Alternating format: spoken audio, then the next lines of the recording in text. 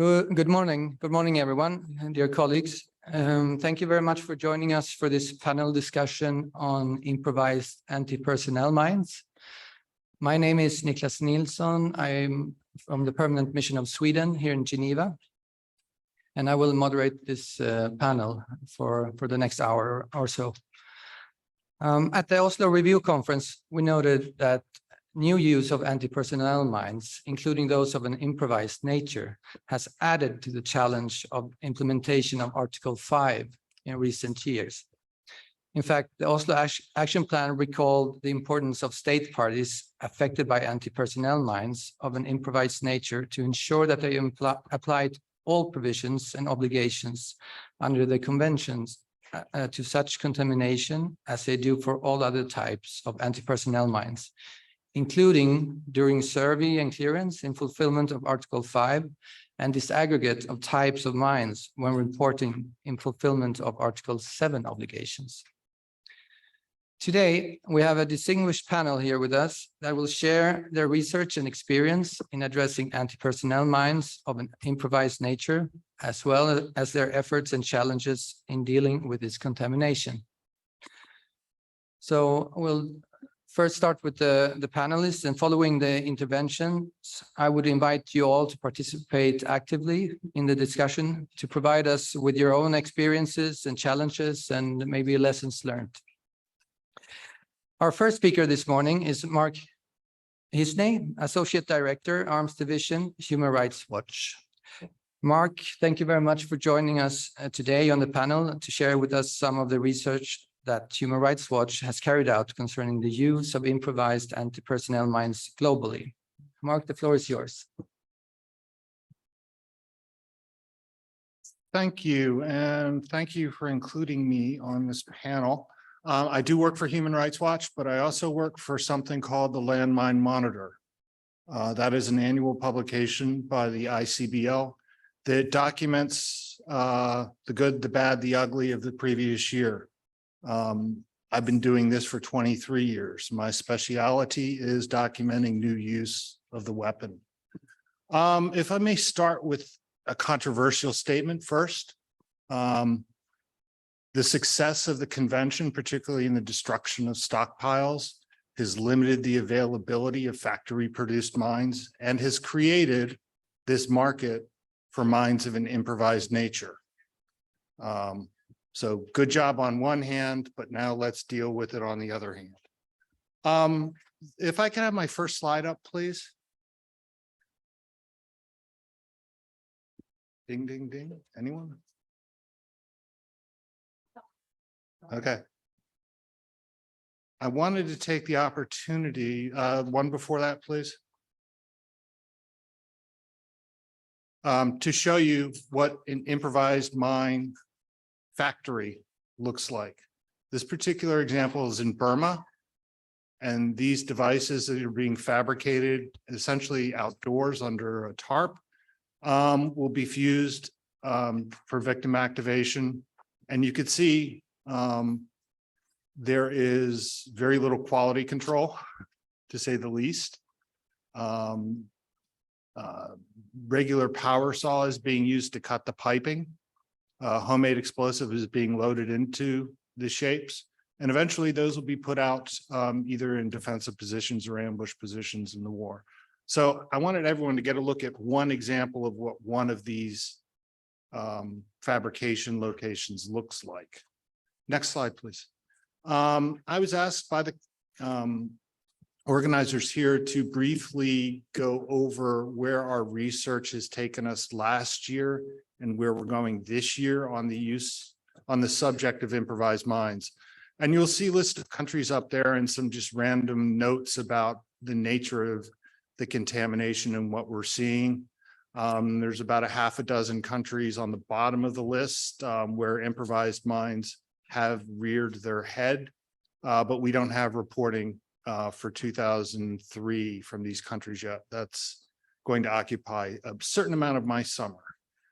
One thing you will notice is the number of anti-vehicle mines listed here, but anti-vehicle mines functioning as anti-personnel mines. And that's a bigger point for the next slide. Colombia, could you go back, please? Yes. Colombia has been facing an improvised mine situation for many years, and they do about the best reporting on it of this entire group, if I may throw a little compliment to Colombia in the way they present in their transparency measure reports the situation they face, and they managed to do it in one page. So kudos to them for that. Again, some countries are going to see their names up here and chase after me after this and saying, why do you list us? Maybe my friend from Nigeria will. But we're happy to do that in all of the areas in which we find new use of the weapon.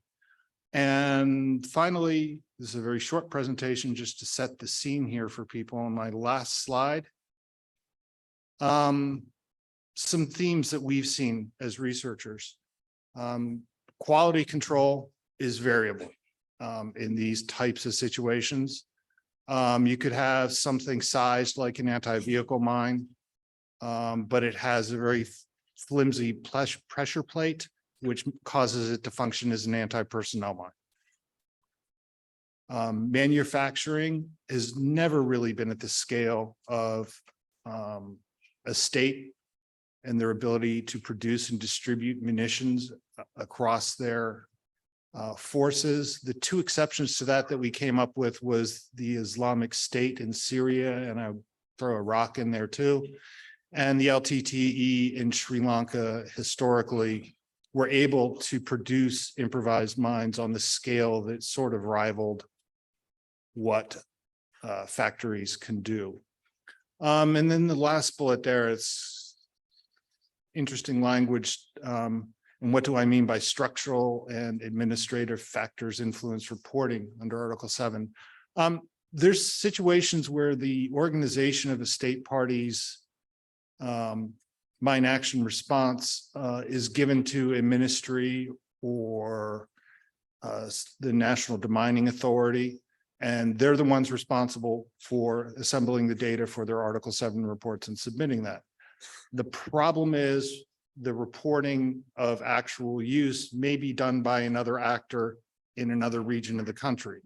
So you have a national police force, for example, reporting tripwire activated mines that are reported as criminal acts and are never shared with the authority who's doing the Article 7 report. So we have to, in some cases, and this is a country by country situation, where we have to sort of introduce the National Mine Action Center and the person doing the Article 7 report with where the data is in their country and get them to include that information on their Article 7 reports. And I will just keep bashing on that. We need to, to understand the problem, you need to be able to articulate it to the rest of the community to be able to get some assistance, or either that is technical or financial. And with that, that's about 8 minutes of a global overview. Happy to answer any questions. Thank you. Thank you, Mark, for setting the scene here of what we are facing on a global scale. I think we'll take questions later after all the panelists have been doing their interventions. But we certainly have a significant challenge ahead of us in this matter. So after this excellent introduction, I want to turn to Irini Georgiou, legal advisor at the Arms and Conduct of Hostilities Unit, Legal Division of the International Committee of the Red Cross, ICRC.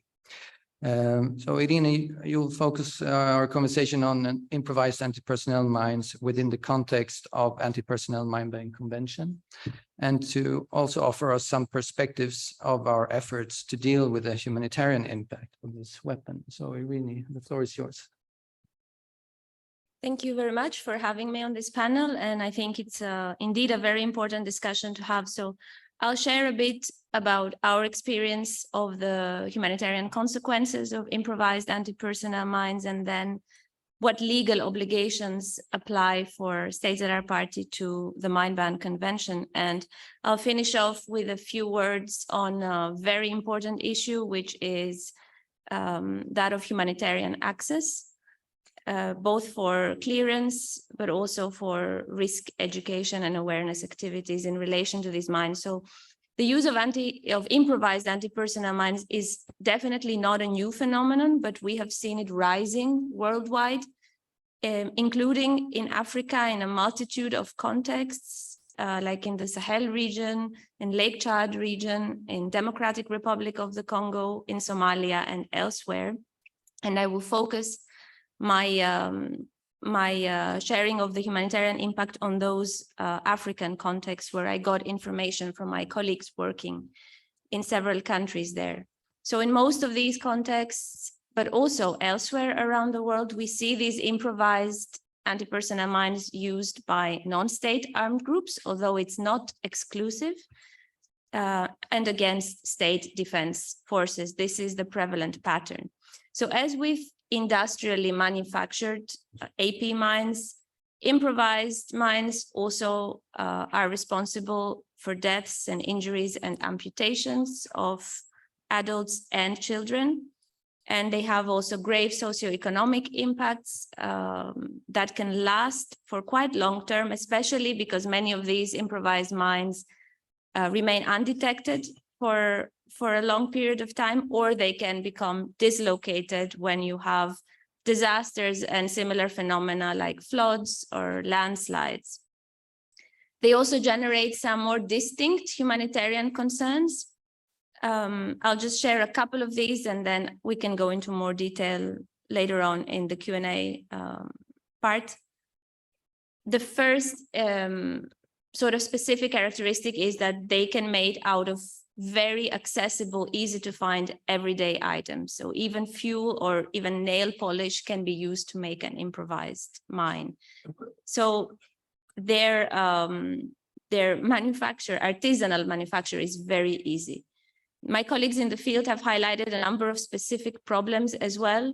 For one, the nature of the firing switch of the mine, which is often a pressure plate, and the design doesn't allow often to differentiate between an improvised anti-vehicle mine and an improvised anti-personnel mine. And although most of these improvised mines are intended to target vehicles, not persons, often they can be triggered by the weight of a person. I think Mark also mentioned that. And so they qualify as an anti-personnel mine. And an additional problem that has to do with difficulty of reporting and then addressing incidents is that these devices are often just referred to as improvised explosive devices, IEDs, without distinction of the weapon type. So it can be difficult to collect data and make concrete allegations to parties to a conflict that are involved, or to make accurate legal assessments without knowing what this generic ID designation means.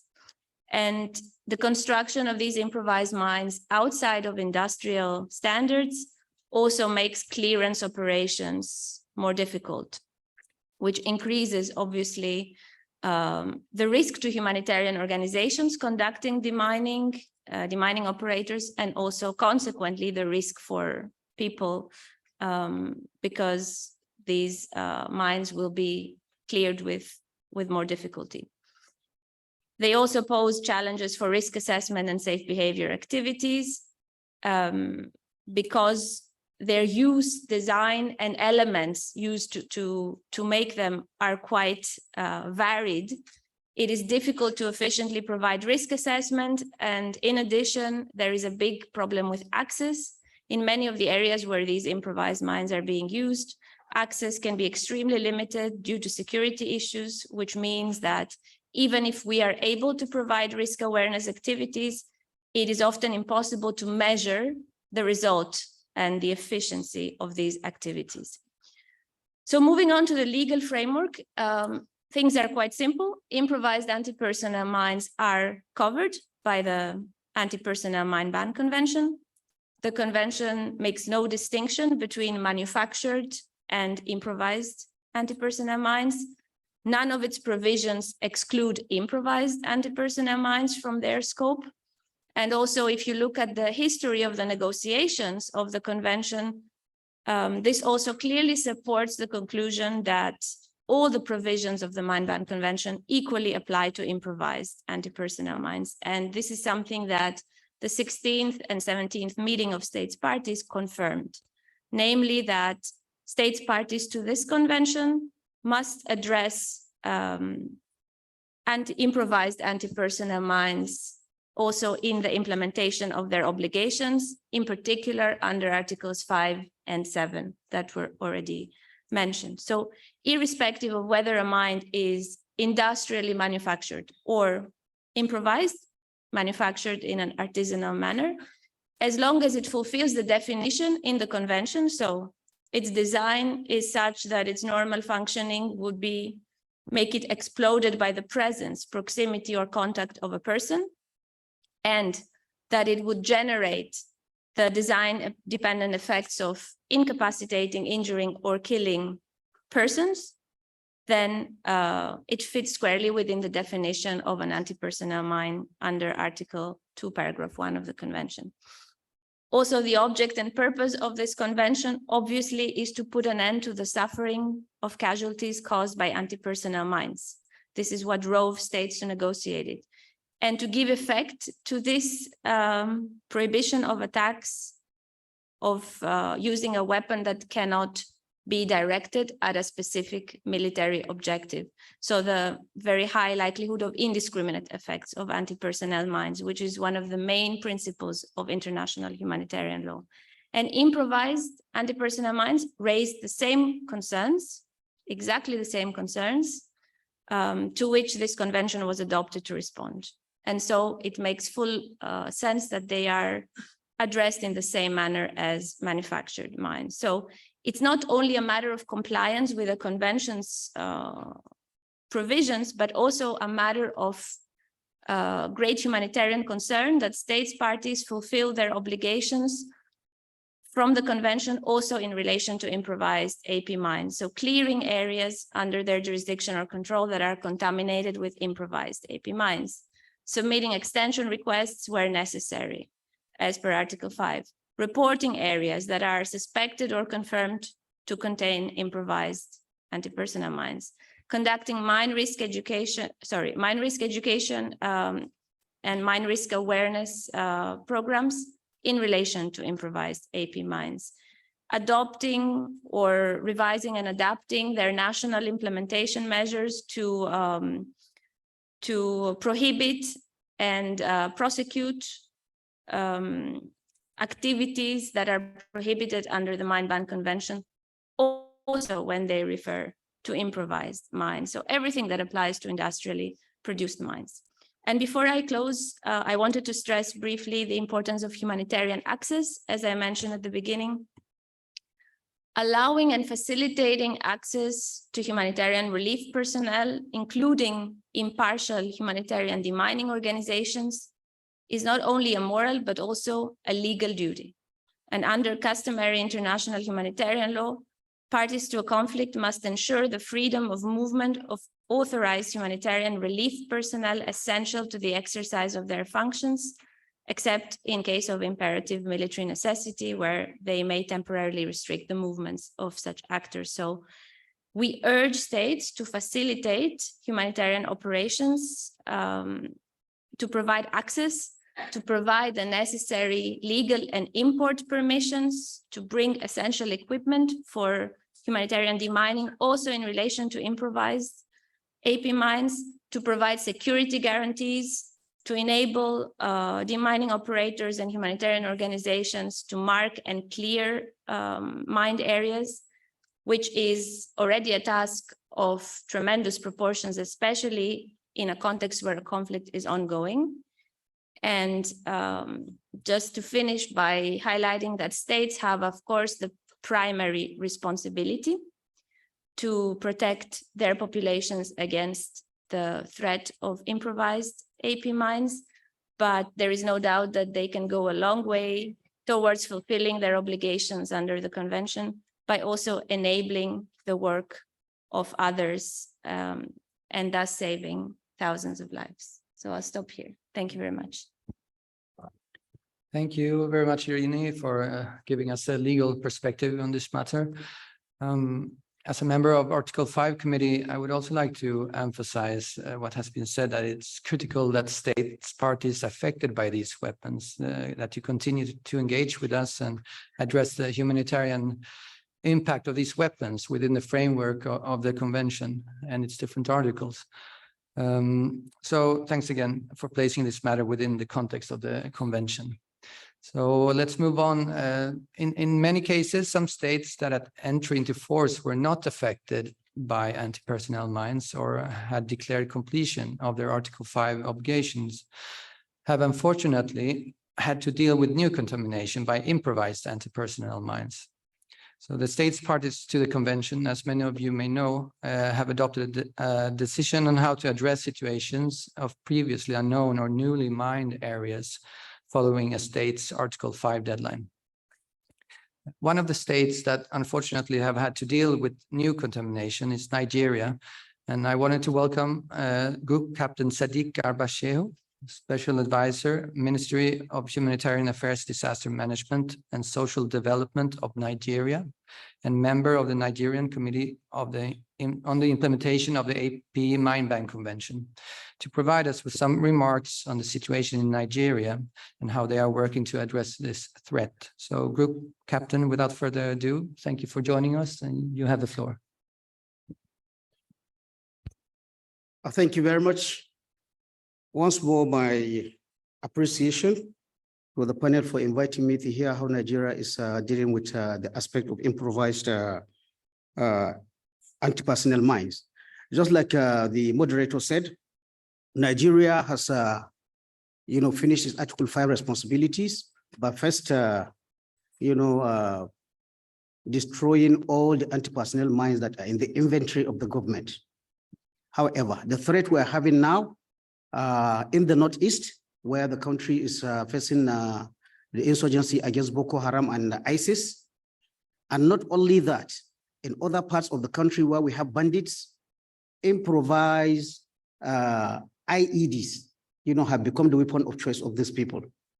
Now, like the ICRC rep here said, when we say IEDs, we use the general term.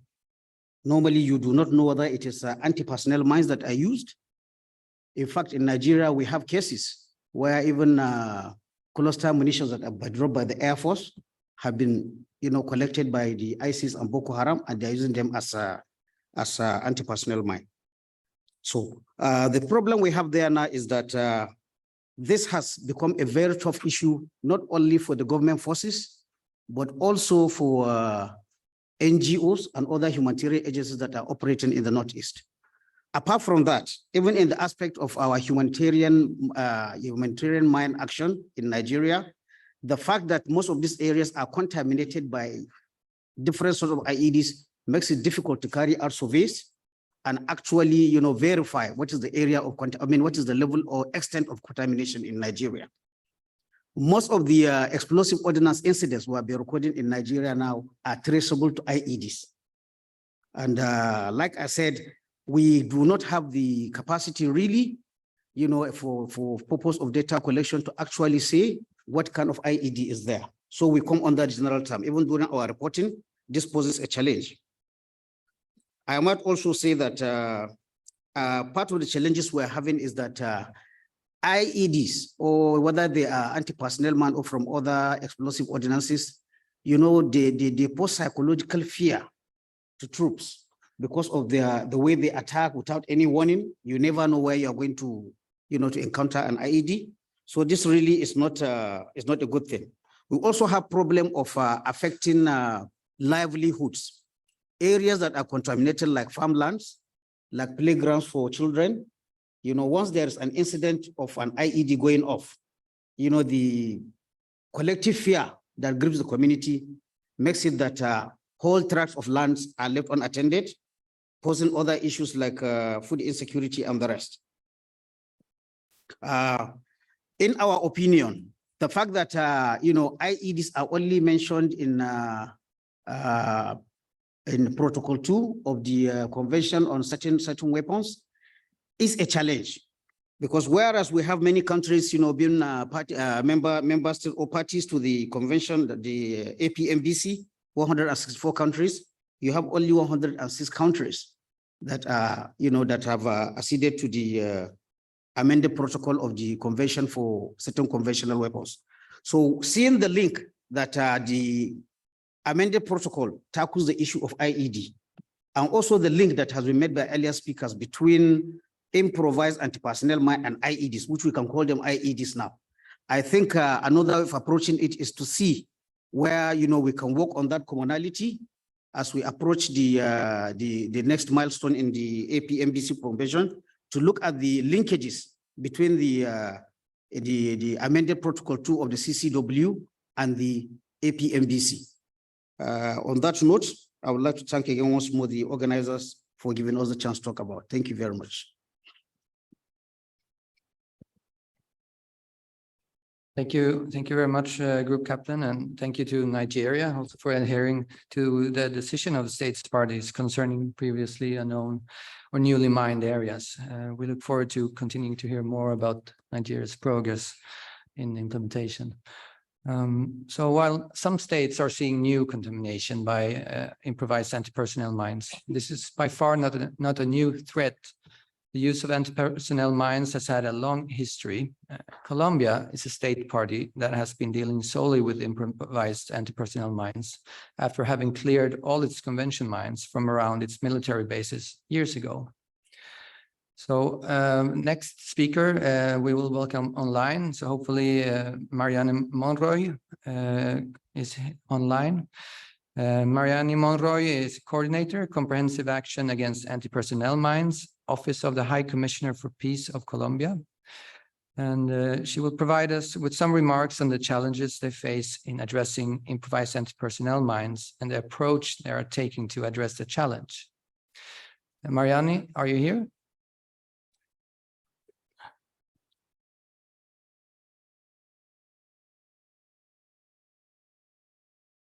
It's 4 a.m. in Colombia, so maybe there could be some issues.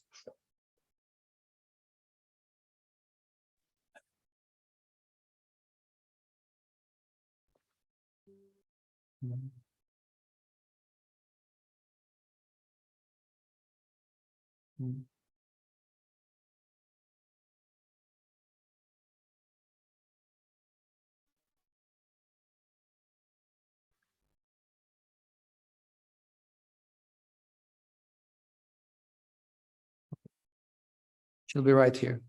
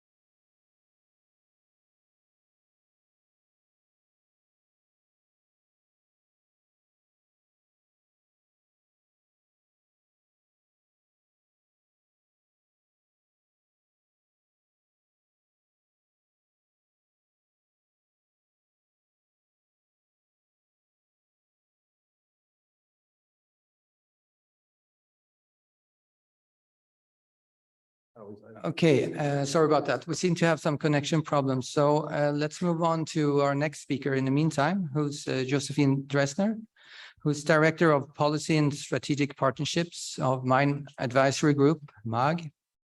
So Josephine, thank you for joining us to the panel today and to offer us a perspective from an organization working in areas affected by these types of mines.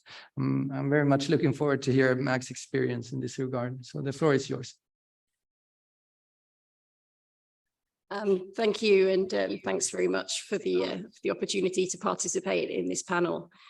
You will likely hear some echoes in my comments from the previous speakers, but hopefully that is a good thing. It's good that we are agreeing. The issue of improvised anti-personnel landmines has been a really key operational and policy theme for MAG, especially during the past decade. As already had been mentioned, the significant increase in improvised mine use in recent years correlates with an overall trend towards asymmetric conflict and the prevalence of non-state armed groups who have limited access to conventionally manufactured weaponry. The huge scale of contamination in areas formerly occupied by the so-called Islamic State triggered discussions in the mine action sector around victim-operated IEDs, especially their status under the convention, questions of humanitarian principle, and the technical expertise and mandate of actors involved in their clearance. From MAG's perspective, these questions were, and still are, best addressed through consistent disaggregation of data that avoids conflating other types of IED, such as vehicle-borne or command-operated, with those that are victim-operated and therefore fall within the scope of the convention, together with strong context and conflict analysis. Although the situation in the Middle East is complex and long-term commitment of sufficient resources is a concern, the region benefits from significant capacity and experience. Improvised landmines are a part of a broader profile of significant contamination from explosive remnants of war and conventional landmines. Mine action infrastructure in contexts like Iraq and Yemen is well established, with significant capacity development support from the UN, alongside the contribution of international NGOs who undertake survey and clearance operations directly. In contrast, states in the Sahel, the Lake Chad Basin, and increasingly in the Gulf of Guinea are fighting an ongoing insurgency in which IED use is a key tactic. Many of these states now need to map and respond to improvised mine contamination and fulfill the relevant treaty obligations for the first time, meaning that mine action structures are often minimal or not yet established. For states such as Chad and Niger, mine action authorities already exist to coordinate the national response to older conventional contamination, but don't yet have the capacities and strategies needed to incorporate improvised landmine contamination. The situation is further complicated by challenges, as has already been mentioned, in accessing contaminated areas due to ongoing conflict, insecurity, and often remote geographies. Large-scale clearance of improvised anti-personnel mines is not possible in such contexts, and even conducting full non-technical survey can be extremely challenging. Addressing this type of contamination under the framework of the convention also requires a different mindset from traditional mine action contexts, in which Article 5 reporting and planning are framed in terms of completion. This framing rests on the assumption that other treaty provisions are fully implemented, notably the prohibition on use. While engaging non-state armed groups in the long term may be possible, convincing them to adhere to the spirit of the APMBC is unlikely to offer a fast solution. That means that for now, we must work on the assumption that improvised landmines will proliferate as long as conflict continues. The establishment of sustainable national capacities, as highlighted in Article 25 of the Oslo Action Plan, is key. Less with a view to managing residual risk, as may be the case in other contexts, and more with a view to managing and responding to an ongoing and evolving problem. The question of sustainable national capacities is relevant for all mine-affected states and could therefore be an important issue for dialogue between states parties. For example, MAG is providing capacity development support to Senegal, Mauritania, and Guinea-Bissau, all of whom are addressing conventional mine contamination. This offers opportunities for sharing learning between states in West Africa and the Sahel in terms of how national structures can best be designed and resources. At the same time, it must be recognized that a one-size-fits-all approach should not be taken to establishing national capacities. Rather, they should be grounded in strong assessment and responsive to context. Once established, the key priority for mine action authorities in states affected by improvised landmines and active conflict is to manage contamination data and coordinate the response across all pillars of mine action, as well as to undertake the analysis needed to report under the relevant articles of the APMBC. The precise extent, nature, and location of improvised anti-personnel landmine contamination is currently unknown in the absence of baseline data, systematic data collection, and information management. To be able to close this data gap, and as has been mentioned by a couple of other panelists, consensus is needed on disaggregation of IED data to provide clear guidance for all relevant actors. A meeting of ECOWAS member states was coordinated, and other stakeholders, I should say, was coordinated in Lomé last year to discuss the IED problem in the region.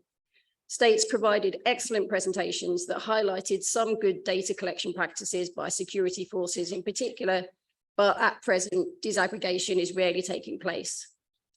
While anecdotally, a significant percentage of IEDs in the Sahel and West Africa are victim operated and therefore fall under the scope of the convention, disaggregation of different IED types is needed on an ongoing basis to be able to define the problem sufficiently to inform an on-the-ground response and underpin Article 5 extension requests.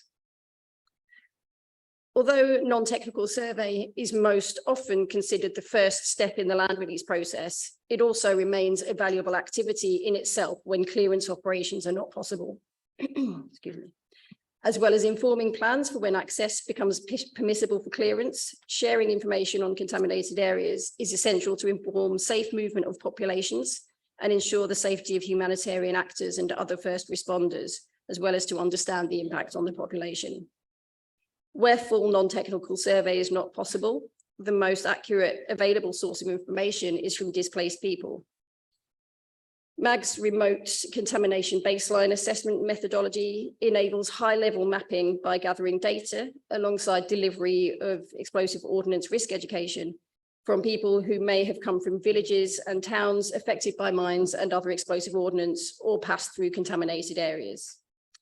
MAG liaises with other actors to access reception centres where IDPs are being registered. Key informants can include community leaders, former combatants, and land users such as farmers, as well as survivors of explosive ordnance. With support from donors, including Sweden, the Netherlands, UNMAS, and UN OCHA, MAG has conducted 372 remote contamination baseline assessments across northeast Nigeria. Of these, approximately 2/3 revealed strong evidence of contamination. As Nigeria takes the next steps outlined in the most recent Article 5 extension request, data of this nature can provide important insights and could also be generated for other states facing similar challenges.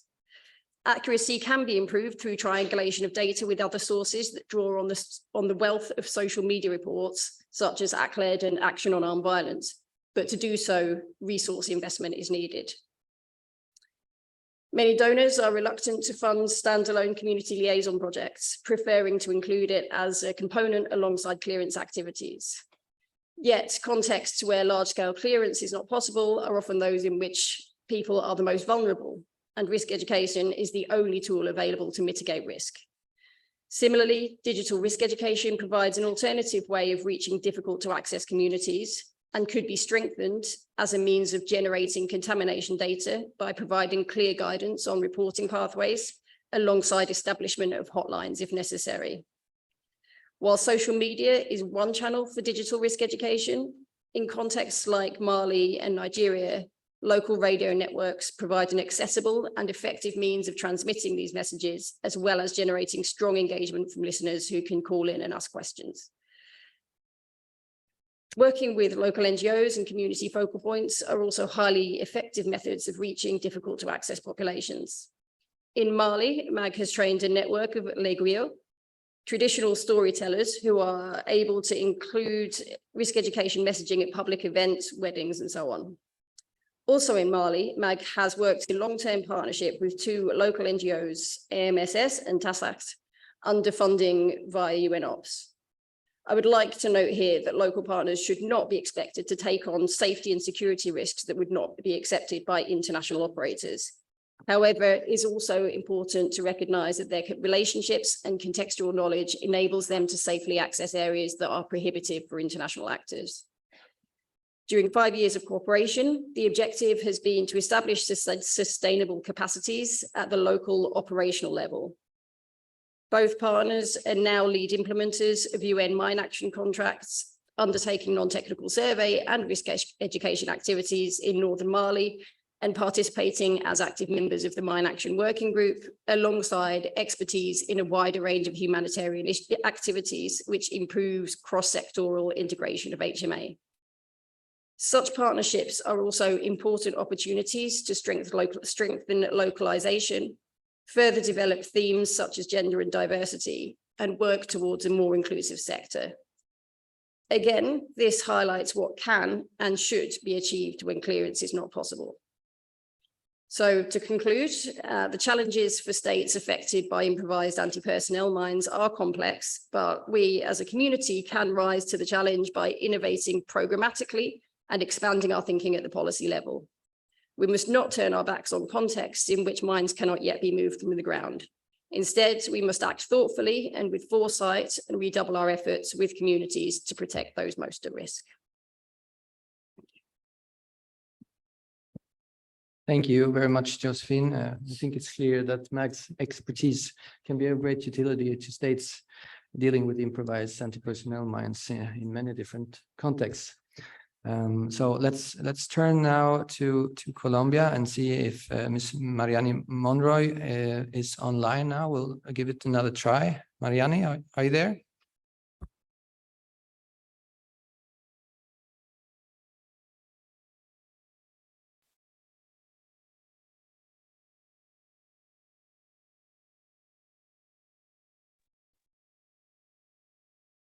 Buenos días.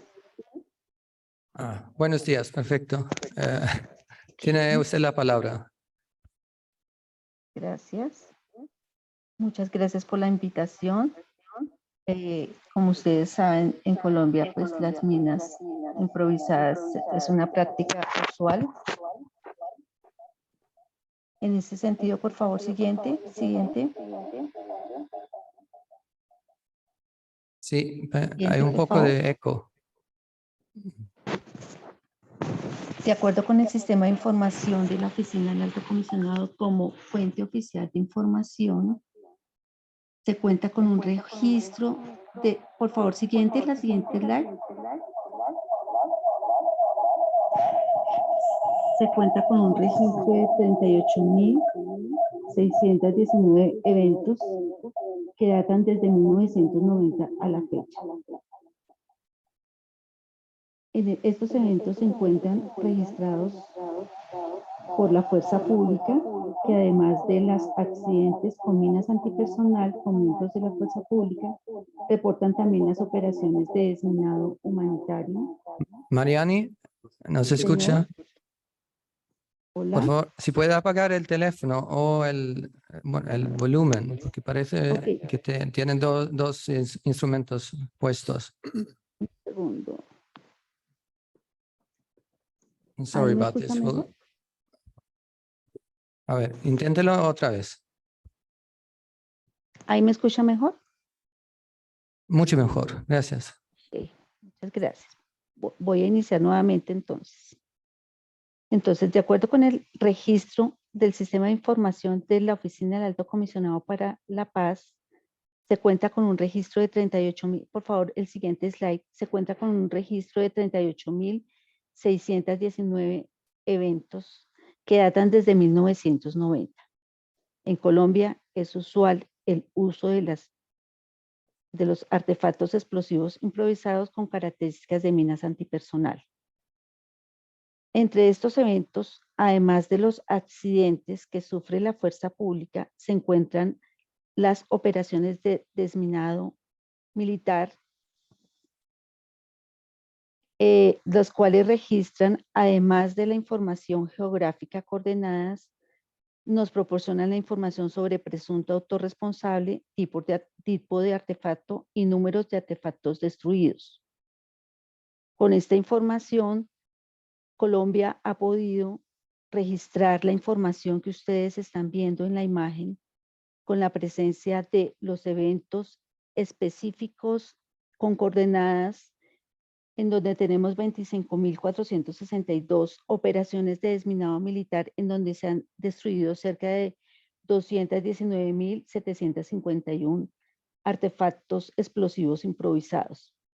Como ustedes ven en Colombia, las gráficas tanto de eventos como de prevalencia de víctimas, tenemos un recurrente presencia de artefactos tanto reflejadas en las operaciones de desminado militar como en las presencia de víctimas tanto de la población civil como de la fuerza pública. Siguiente, por favor. Siguiente slide, por favor. Como todos sabemos, una mina antipersonal está diseñada para explotar por la presencia, proximidad o contacto de una persona y que incapacita, hiere o mata a una o más personas. Y con esta definición se aplica sin importar su modo de fabricación para aquellas minas industriales y las de fabricación improvisada. En ese sentido, en Colombia, desafortunadamente, por cada evento tenemos registradas 2 víctimas en promedio, teniendo así cerca de 12.338 víctimas a la fecha, con 7.261 accidentes provocados por minas improvisadas. Los grupos ilegales en Colombia a lo largo del conflicto han sido entrenados para fabricar minas de naturaleza improvisada, utilizando elementos que se encuentran fácilmente en el entorno y son de uso común y de fácil acceso, incrementando así el riesgo de la población civil y de la misma fuerza pública. Siguiente, por favor. Aquí presentamos diferentes minas antipersonal improvisadas, utilizadas por grupos no estatales en todo el territorio colombiano. La mayoría de estas minas están fabricadas con recipientes plásticos y su sistema de activación es eléctrico, utilizando una pila de 9 voltios. En unos porcentajes menores, las minas improvisadas utilizan sistemas de activación mecánica. Siguiente, por favor. En esta gráfica estamos viendo una mina improvisada que se utiliza por varios grupos no estatales en Colombia. Su contenedor es de plástico utilizando un recipiente de uso común. Estas minas tienen un sistema de activación eléctrico y su mecanismo de iniciación es de presión. Es común encontrar este tipo de artefactos en lugares cerca a fuentes de agua, caminos, sitios con presencia de economías ilegales, como cultivos de coca, minería ilegal. Sin embargo, lo que llama la atención de estas minas es la diversidad de formas que se pueden instalar. Los grupos no estatales buscan métodos de instalación que dificultan su detección y que puedan causar mayor daño a las víctimas. Estas minas varían según la localización geográfica y los métodos de fabricación de cada grupo. Como lo mencionaba nuestro colega en la primera presentación, los grupos que utilizan estas minas principalmente son ELN, FARC. Siguiente, por favor. Estamos presentando una forma singular de instalar minas antipersonal que son utilizadas para proteger áreas utilizadas para cultivos ilícitos por los grupos ilegales. El uso de este tipo de artefactos explosivos dificulta la asignación de las operaciones de desminado humanitario, ya que en las zonas donde existen cultivos ilícitos también hay disputas territoriales y luchas por el control del territorio y por ende presencia de grupos ilegales. En esta imagen podemos observar cómo la planta de coca está sujeta a un nylon y el momento de ser retirada mediante tensión activa la mina de fabricación improvisada. Estas minas antipersonal suelen contener una gran cantidad de explosivos. Su sistema de activación está diseñado para ser accionado por la víctima. Por lo tanto, se considera una mina antipersonal con un sistema de activación que puede ser activado por tensión o por alivio de tensión y representa un grave peligro para la seguridad de las personas que viven en estas zonas. En las actividades de erradicación de cultivos ilícitos, Colombia desde el año 2006 ha presentado cerca de 500 víctimas por minas antipersonal realizando estas labores de erradicación de cultivos ilícitos. Siguiente, por favor. Aquí estamos mostrando el tablero de control de Colombia. Actualmente en Colombia hay 124 municipios, que son los que se muestran en color rojo, que representan el 12% del total de los municipios que conforman Colombia, en donde no ha sido posible tener y llevar a cabo el desminado humanitario. En muchos de estos municipios se han realizado desminados en desarrollo de operaciones que son adelantados por la fuerza pública en Colombia, el Ejército, la Armada y la Policía Nacional, para enfrentar la contaminación por minas antipersonal, permitiendo esta práctica del desminado militar mitigar la presencia de minas antipersonal. Desafortunadamente, en estos territorios, estos 124 municipios, no se ha podido asignar operaciones de desminado humanitario, precisamente por el riesgo de la presencia continua de actores y la instalación y la prevalencia de afectación. Esta afectación se evidencia por la presencia de víctimas, tanto civiles como de la fuerza pública. Aunque en los últimos años es importante resaltar que las víctimas civiles se han incrementado más que las de la fuerza pública. Siguiente, por favor. La información que registra Colombia evidencia el uso indiscriminado de artefactos explosivos por parte de los grupos no estatales en áreas donde predominan las economías ilegales, como los cultivos ilícitos, la minería ilegal, los corredores estratégicos. Estos grupos han intensificado el uso de estos artefactos explosivos, especialmente en lugares cercanos a las fronteras, provocando recientemente confinamientos. Ante las dificultades para llevar a cabo el desminado humanitario debido a las condiciones adversas, el Estado colombiano ha respondido mediante acciones de desminado militar adelantadas en el marco de las operaciones que desarrolla la fuerza pública. Estas operaciones tienen como objetivo mitigar los impactos negativos de este fenómeno que se presenta a diario. La información que nos presenta la gráfica es la información de los eventos, tanto accidentes como incidentes que se presentan en Colombia. Como vemos la línea de tiempo, aunque la contaminación ha bajado y han bajado el número de víctimas, presentamos una prevalencia de la afectación en estos 124 municipios que hacen falta por intervenir con operaciones de desminado humanitario. Aquí se han destruido cerca de 60.805 artefactos por parte de la fuerza pública, presentados en 13.478 puntos de la geografía colombiana. Siguiente, por favor. Para mitigar, además de las operaciones de desminado militar, también se desarrollan actividades de educación en el riesgo, que para Colombia y para el Estado colombiano es importante concentrarlas en estos 124 municipios.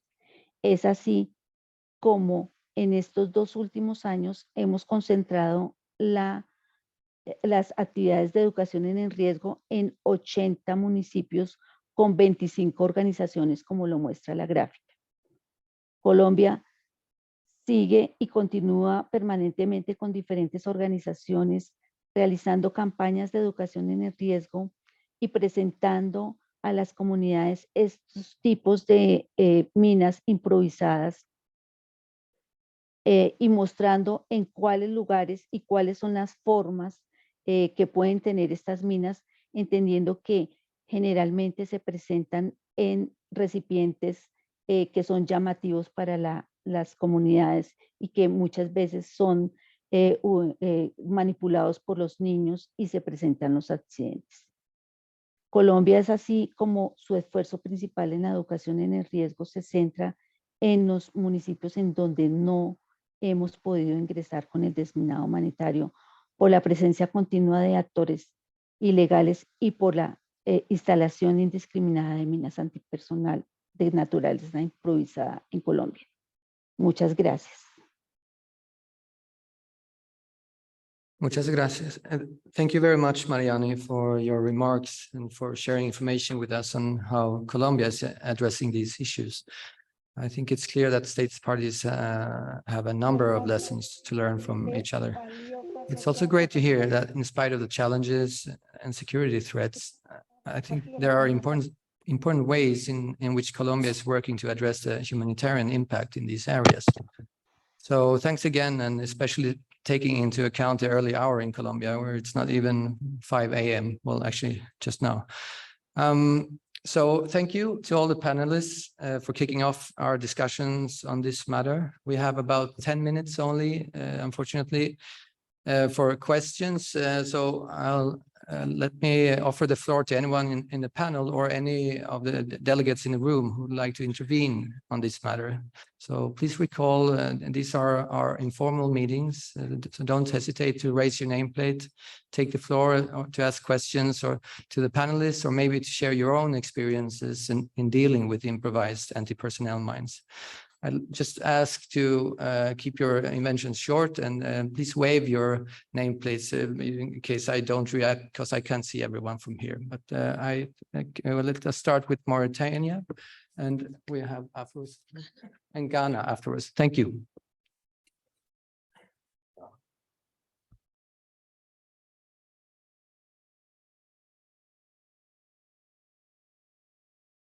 Mauritania, you have the floor, please.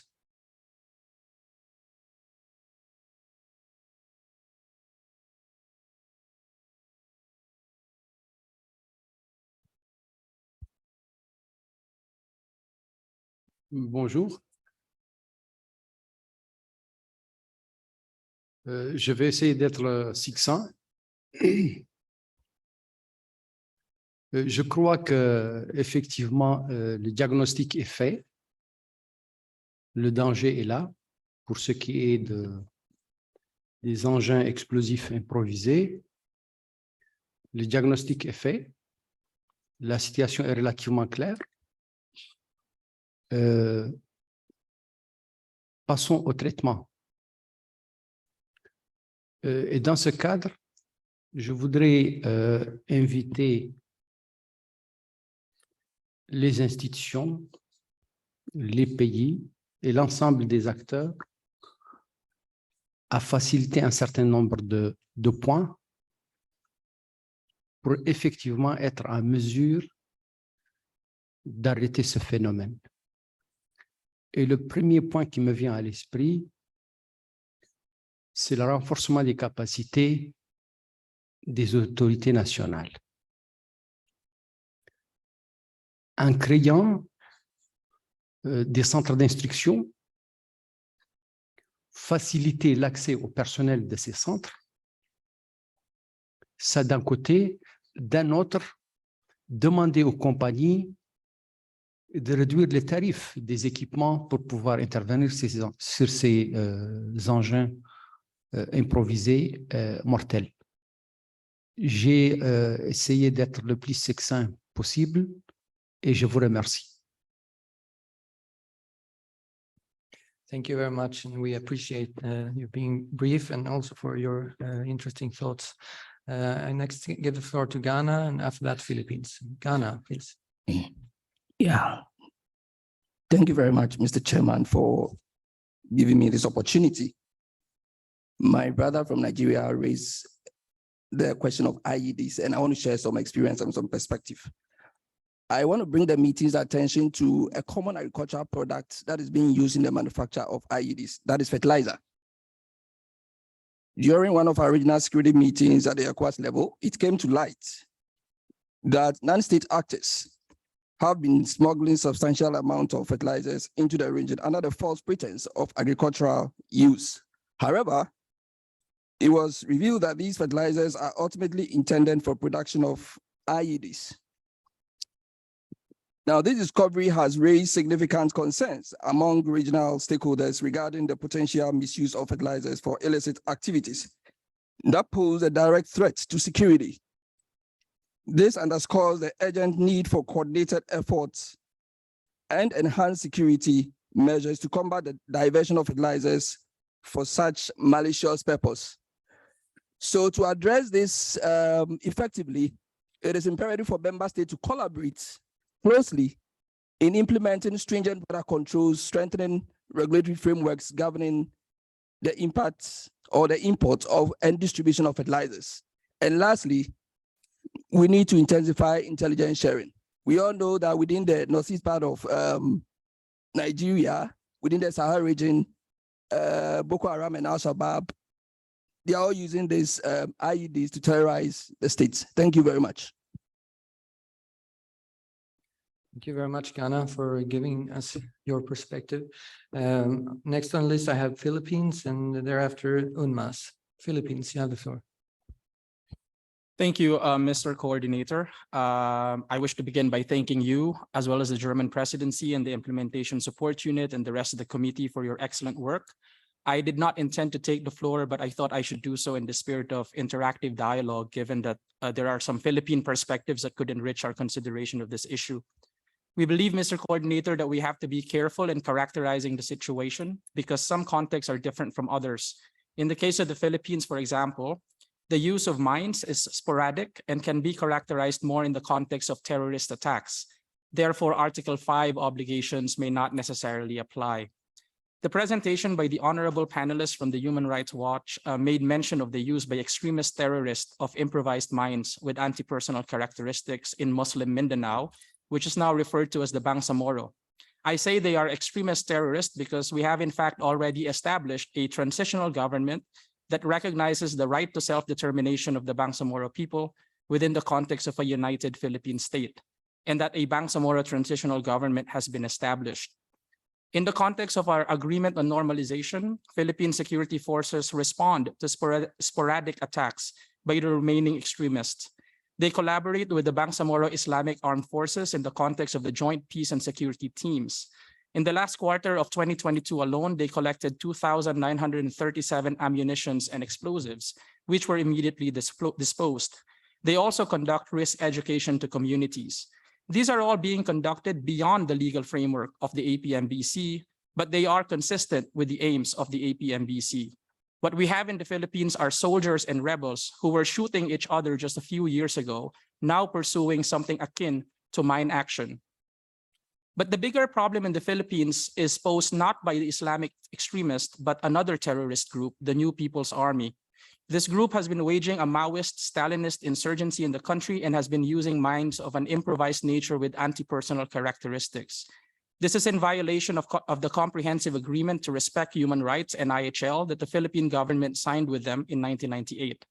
They claim exception through technical semantics, but we continue to urge them to abide by the norms of both the APMBC, the CCW, and IHL in general, which stigmatizes the use of mines. Their retort is that these mines are the poor man's weapon, even though they kill and maim the poor. We have repeatedly urged APMBC states parties to be the voice of global conscience and to condemn this. But let us be clear, none of the armed non-state actors in the Philippines control territory. No large swath of territory in the Philippines could be considered mine contaminated. We have eradicated our stockpiles of mines in 1998. Therefore, we have no Article 5 obligation, and we should be careful in framing our conversation on this issue, lest it leads to misunderstanding. Thank you. Thank you very much, Philippines. Your statement is well noted. I next give the floor to UNMAS. UNMAS, please. Thank you, Mr. Chair, ladies and gentlemen. We welcome the thematic discussion on the threat posed by anti-personnel mines of an improvised nature or victim-activated improvised explosive devices, IEDs. In recent years, the dynamic IED threat has progressively expanded and evolved geographically, killing and injuring thousands of people, mostly civilians. IEDs are cheap and simple to produce. Controlling the precursors is challenging, as many have a legitimate commercial or agricultural use. Designs for IEDs are freely available online.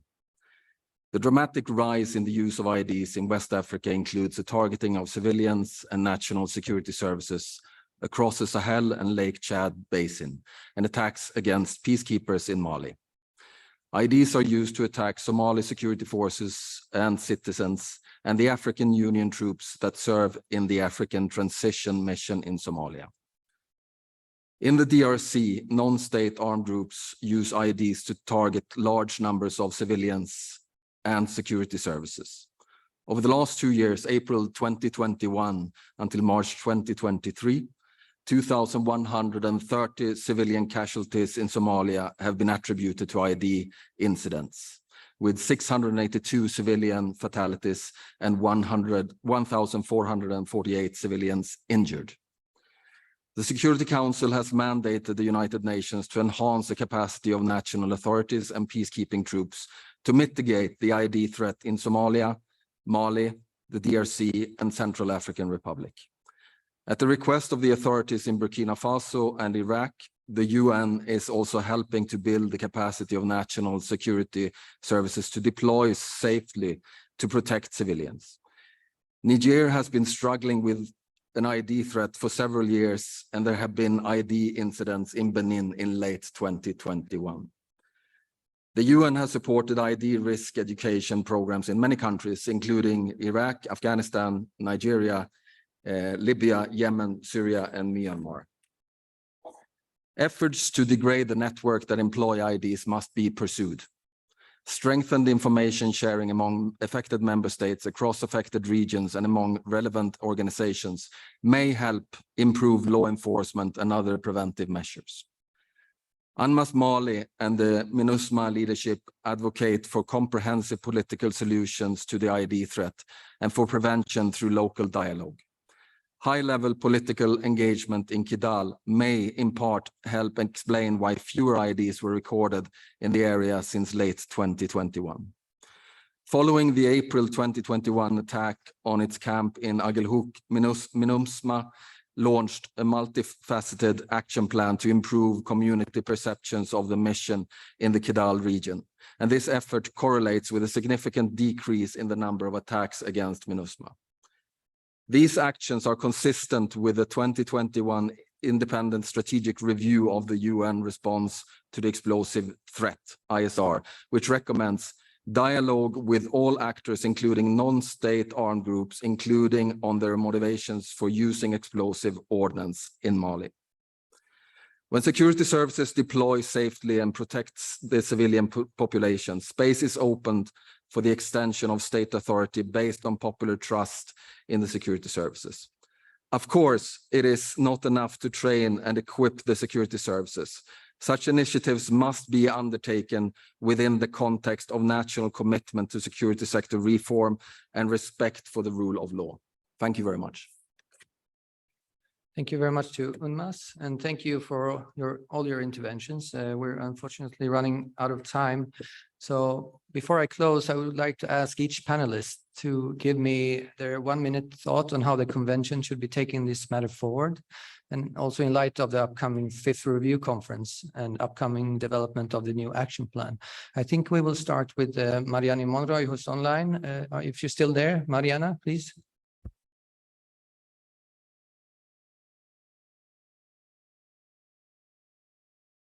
No, okay, thank you. Let's then continue. Josephine, please, you have the floor. Thank you, and thanks for all the interventions from the floor as well. I particularly wanted to pick up on the comments made by the representative from the Philippines, which I think reflect how complex and nuanced this issue becomes, and actually how complex and nuanced treaty implementation becomes when you're 25 years into implementation. Similarly, you know, conversations around completion are a lot more complex than we would like them to be. And I think one of the things that I would really like to see from the review conference is, you know, kind of quite an honest interrogation of some of these new nuances and thinking about actually what a mature Malambang Convention looks like. Other than that, I think the focus on sustainable national capacities is absolutely essential. I think that needs to be much, much stronger this time around. And again, that links back to the comment from Mauritania. And then lastly, I think there's something very specific around states who are newly affected by mine contamination at scale. Most often it is going to be improvised landmines for the reasons that Mark mentioned. And there is very clearly a gap between being affected by landmines and having the capacity to respond, which involves setting up national capacities, doing data collection, you know, and it's the less appealing non-clearance activities. I really think that there needs to be a mechanism that is established to support newly affected states specifically. Sorry, that was longer than a minute. Thanks. That's fine. Thank you very much for those insights. So Irini, would you like to offer yours?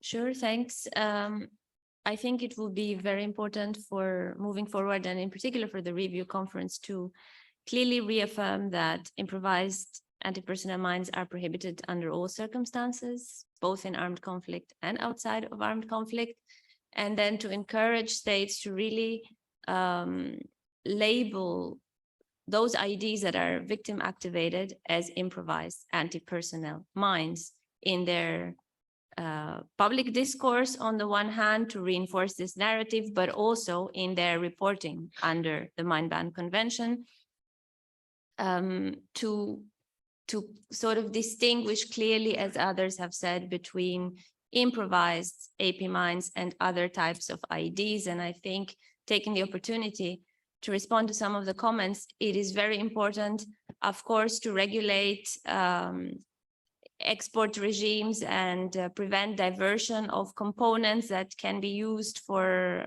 the artisanal manufacture of improvised AP mines. But I would say these are best addressed under different frameworks, as is the case already so far, and not necessarily within this convention, which includes very clear obligations and prohibitions regarding different activities around anti-personnel mines. So the review conference should clearly reaffirm that all of these apply equally to improvised anti-personnel mines as well. Thank you very much for that. Mark, please, you have the floor. Okay. States have all the tools structurally to address this problem. The Oslo Action Plan number 21 should be carried over into the next version of that document. It's a very good paragraph. It lays out all the steps states need to do. Also, the state has the power of Article 9, which is national implementation legislation, the ability to prosecute violations of the convention. Too many states rely on existing law, laws on explosives, laws on weapons of mass destruction to prosecute criminal acts conducted with improvised mines. I would contend that having a strong Article 9 national implementation legislation would help capitals a lot instead of trying to pick and choose the existing criminal code and what to do. And finally, you have Article 7, which is the way of transmitting your needs, your situation. Article 4 will play into this because what do you do with the mines after you neutralize them? You have to destroy them. So those get reported. So all the tools are there available for you. It was very interesting to me to hear the whole spectrum of this issue in the comments from the audience. And that's more than a minute again. Thank you, Mark. And please, Group Captain Sadiq, you have the final word. Yeah, thank you very much. I would like to join the ICRC in calling for the explicit use of the term anti-personnel mine of an improvised nature, whether it is in reporting, whether it is for countries that have no legal thinking of laws that have to do with mine action, and also in the reporting. As I believe this will facilitate the fulfillment and enhance clarity when member states are talking about these issues. The final recommendation I would like to make is to call on the stakeholders to exploit the link, since we now agree that the anti-personnel mine of that nature are, you know, somehow of an IED to explain the link between the APCMB and the amended Protocol 2 of the CCW. That's what I want to say. Thank you very much. Okay, thank you very much, Group Captain. Actually, we hear from Colombia that Mariani would like to give it a final try. So let's just give it one more try and before we finish off. Mariana, please. ¿Sí? ¿Me escuchan? Sí.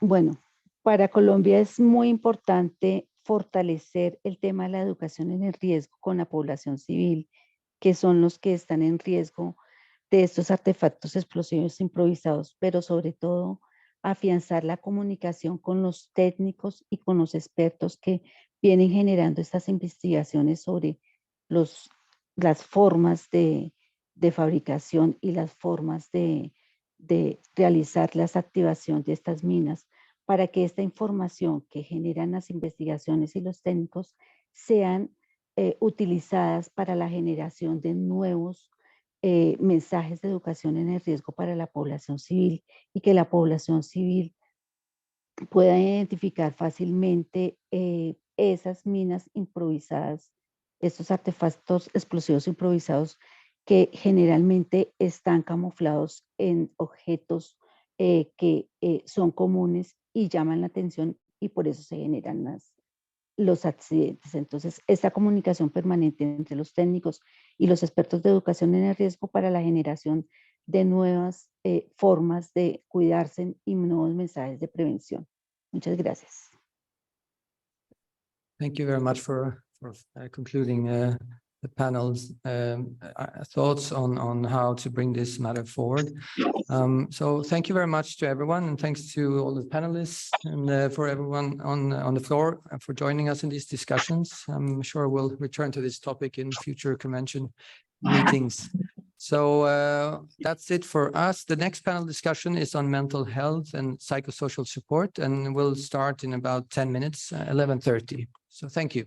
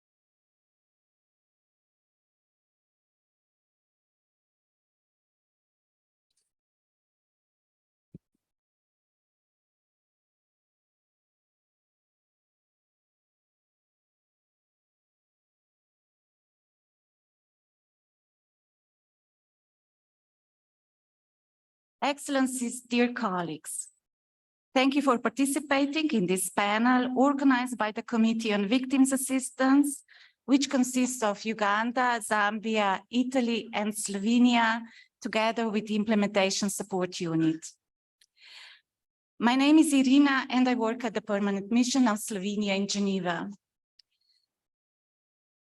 Let me describe the general framework of this panel. Mental health and psychosocial support is one of the pillars of the victims' assistance in the framework of the APMBC and the priority of the work of our committee this year. Action 38 of the Oslo Action Plan commits state parties to, amongst other, ensure access to psychological and psychosocial support services, including through peer-to-peer support programs. The main objectives of the panel are to examine what we have learned in the past years concerning the importance of MHPSS and to offer insight into how to take this matter forward as the state parties head towards the 5th Review Conference next year. I would also like to draw your attention to the Victim Assistance Global Conference, which will take place in Cambodia in October this year. We have a lot of important issues to discuss, so let's get started. I would like to invite our first panelist, Dr. Carmen Vale Trabadello from International Federation of Red Cross and Red Crescent, IFRC, to take the floor. Carmen is a psychologist with 20 years experience in mental health. Carmen, please, you have the floor. Thank you so much for the introduction. Thank you, colleagues, for welcoming a small MHPSS team into a otherwise Mind Action Convention. I'm really happy to be here. If you can have the presentation, I first want to say how important it has been the leadership of the Mind Action colleagues in mental health and psychosocial support. Our work is intersectoral, and not all of the sectors have been so from the beginning, from the get-go, willing to integrate MHPSS. So I would like to just maybe carry the heavy load of explaining a little bit about mental health and psychosocial support so the other panelists can have a floor to speak to. Next slide, please. I believe at this point, nobody wonders if there is an impact on mental health and well-being when there's emergencies. We know that. I think everybody believes that. Now, how that articulates is a different question. And to have a little bit of a guideline and a clear way of doing mental health and psychosocial support, the Interagency Standing Committee has, through the reference group that my organization, the IFRC, co-leads together with WHO, numerous guidelines and resources that aim mostly at that coordination at country level. So that is where the work of the reference group that I co-chair sits the most, in coordinating at country level, in making sure that MHPSS responses happen, but also that there's more guidelines and that there's more resources, and that we have also the capacity to deploy colleagues. So with that small presentation of what is the reference group and who are we, I would like to go to the next slide and mention that if it's true that we can all relate to the psychological impact of an emergency, it's often difficult to understand where is it that the service go. If we only focus on the mental health aspect, on giving mental health support by a specialist, and we don't consider the rest of the areas of work, education, protection, etc., we are not going to really achieve what we need to achieve with our treatments. The other way around, if we only look at the psychosocial elements, then we are not really going to be able to provide the correct or the type of mental health support that might be needed. So if we just click a couple of times on the slides, we really need to be looking at the two types of sectors, especially health and protection are very core, but mental health and psychosocial support, next slide, please, is a term that we use always, and you hear us saying MHPSS. Why are these people so annoying at saying MHPSS? Why they don't say mental health? Why they don't say psychosocial support? It's because we need to keep it together.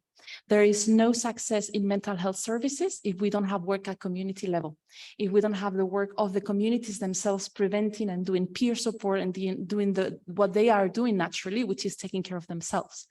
We won't have a success at doing the psychosocial support if we don't have the capacity to refer to services if someone needs them. And this is why we use this combined terminology. One more slide, please. From the interagency guidelines, which are, as I said before, since 2007 guiding our work, I would like just to highlight that there's a couple of core principles that we very much share with colleagues from other sectors. Of course, human rights and equity, the participation of the affected communities and individuals at the center of what we do.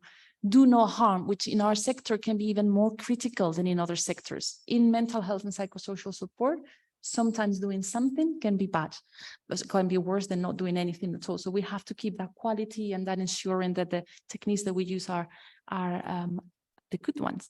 And of course, then integrating in existing resources, not creating separated services, but actually leveraging on what is it that is in place already. And how can we integrate? And then the final principle is actually our, for us, very famous pyramid. We're always showing this pyramid everywhere. And the pyramid is not a rigid model, but it's a very important call to work throughout the continuum, to know that mental health and psychosocial support is not just the peak of the pyramid, those specialized services that happen maybe in clinical services, in hospitals, etc., but it's actually starting at the bottom. It starts by our colleagues in other sectors, knowing how to do the work in a way that enables well-being, in a way that protects the well-being of the community, and then continue up into the communities and that important role that I was mentioning they have in providing mental health and psychosocial support. So then the more we focus on those two bottom layers, the less we need the specialized services at the tertiary and the clinical level.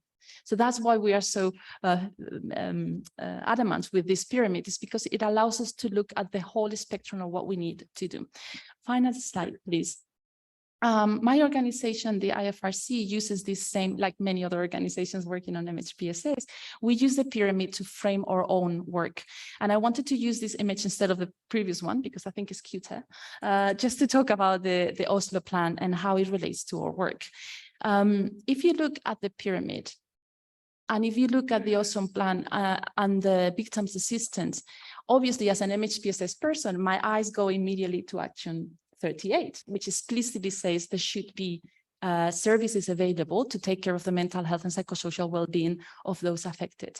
That is, of course, is calling us to have the peak of the pyramid, is calling us to have specialized services.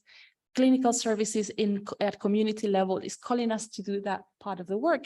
But if you keep on reading, it also mentions very clearly peer-to-peer support. And that is our base of the pyramid.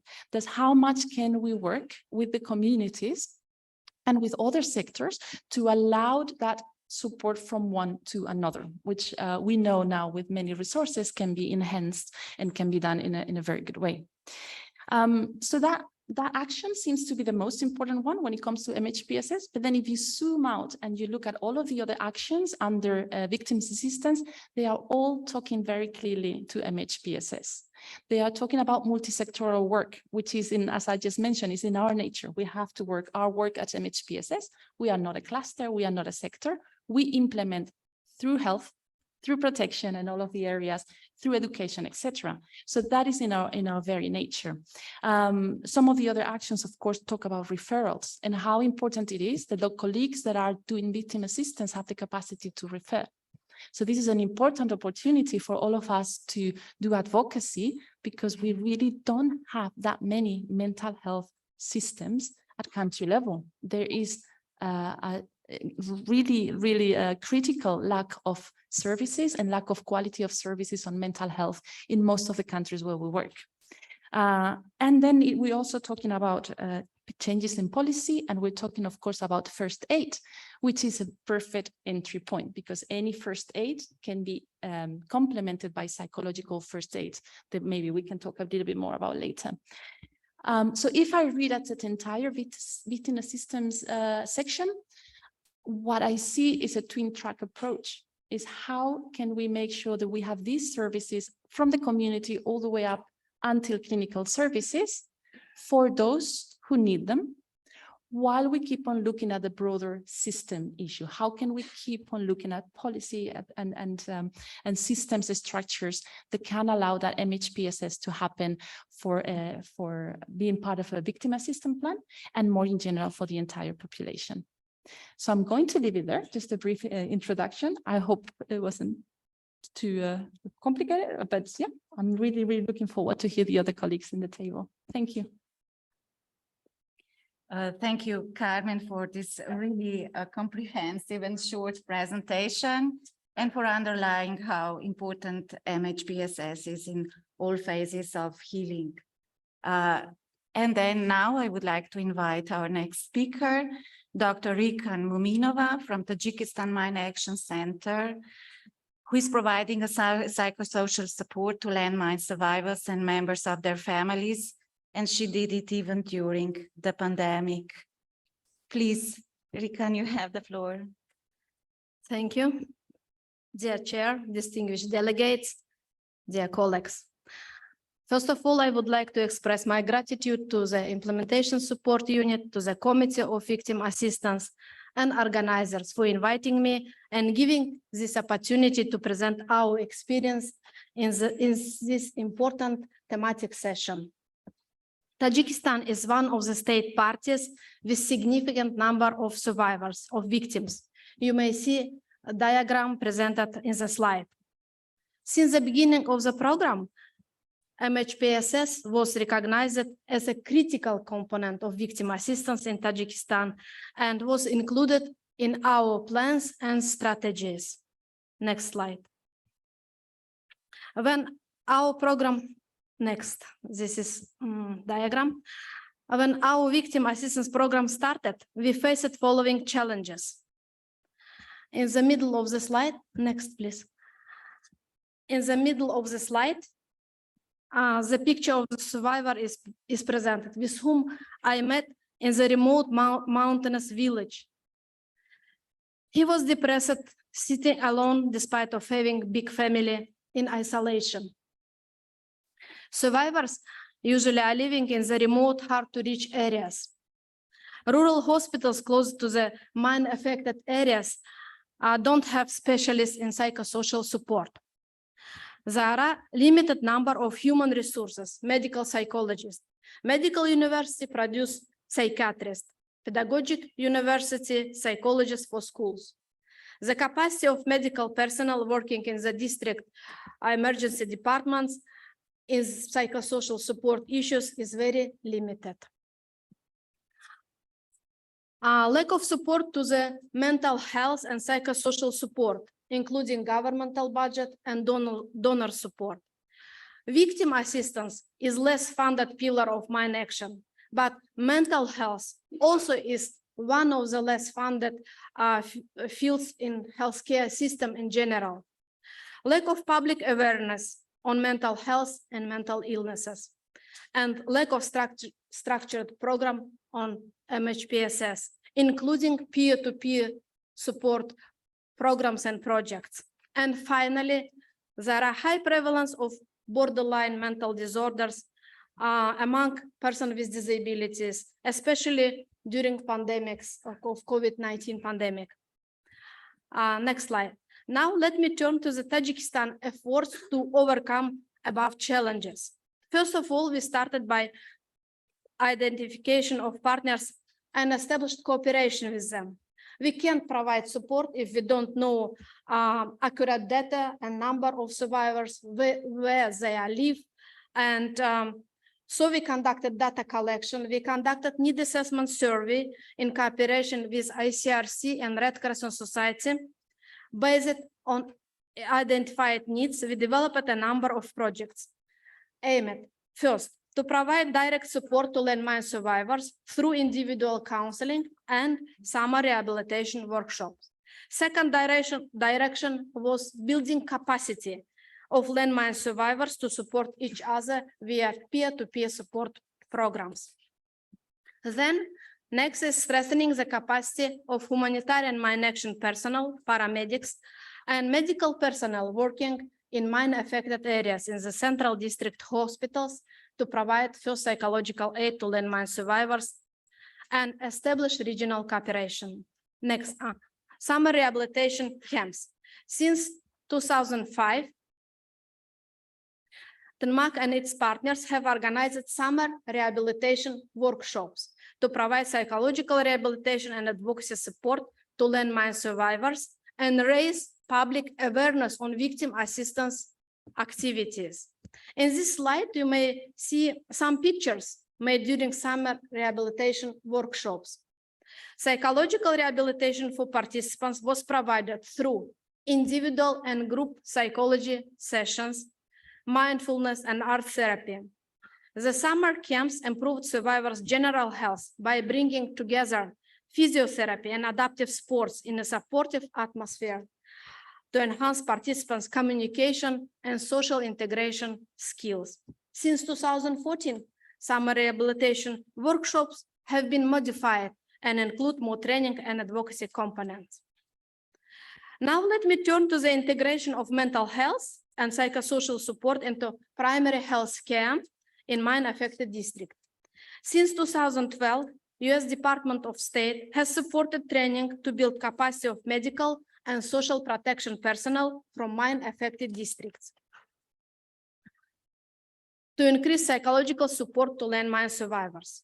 Project results were discussed together with partners and the Ministry of Health and Social Protection at the round table. In 2018, based on monitoring results, certification training focused on integration of mental health into primary health care in mine-affected districts for local trauma doctors was conducted by an international consultant. In Tajikistan, MHPSS was incorporated in the curriculum of Psychology Department of Tajik National University. In addition, Thematic has joint publications devoted to MHPSS, fallen mine survivors, and persons with disabilities. You can have a look. It was joint publication with our partners. I believe it's on the table and for your attention. About regional cooperation. Next slide, please. In this slide, for your attention, presented pictures made during our conferences. First conference, inter-country conference on psychosocial rehabilitation, which was organized in Kabul. Then second conference organized in Dushanbe. Later, several meetings of a working group was organized on psychosocial support for landmine survivors and other persons with disabilities. And we have organized several meetings in Dushanbe and in Kabul. For Tajikistan, this cooperation resulted in piloting peer-to-peer support project. Trained peer helpers still continue providing assistance to their peers, especially during pandemic. I was in touch with them, but project unfortunately was not longer supported by donors. And last slide, our recommendations. Peer support services should start from the first minutes after mine accident to reach better result of psychosocial support and rehabilitation. And they should be provided throughout all life. Psychosocial support should be provided close to the places of living. Therefore, capacity building of medical personnel and integration of MHPSS into community-based primary healthcare system is essential. Incorporating of MHPSS in the curriculum of universities will contribute to the sustainability of psychosocial support. But as first presenter said, without other important factors like family and community psychosocial support, without vocational training and employment, which are crucial because employment is restoring persons' feeling of productivity and dignity. Without inclusion and effective participation, they are essential for comprehensive psychosocial support. Survivors should act as a constructive partners of program. And finally, cooperation, including regional cooperation, is recommended for the conditions when funding is limited. Thank you very much for your attention. I will be glad to answer if any questions. Thank you so much, Erika, and thank you for underlining the importance of regional cooperation, which is also very important in the Western Balkan region. I think that in the end, it will be also explained in details.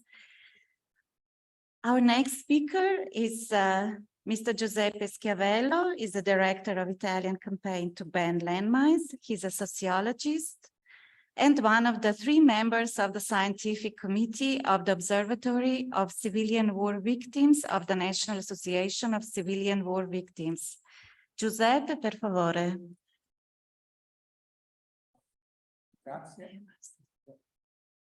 Okay, grazie. Thank you for include us in the panel, and we would like to share some of our experience in Jordan on a little project in Amman. So I will go with our little presentation, PowerPoint. I want to thank you for your attention. And we started in 2016 after assessment needs in Jordan with a partnership with a local organization. The director is Kamel Sadi, and we decided to start with a little project of workshop of prosthesis. Our primary goal was to give prosthesis, and very soon we realized that Kamel's ability to empathetic was the real added value to the project. Just because Kamel Sadi, please the next one. Thank you. Kamel Sadi is his own victim of landmines, and he started his mission to help people with disabilities try to achieve their goal using their abilities.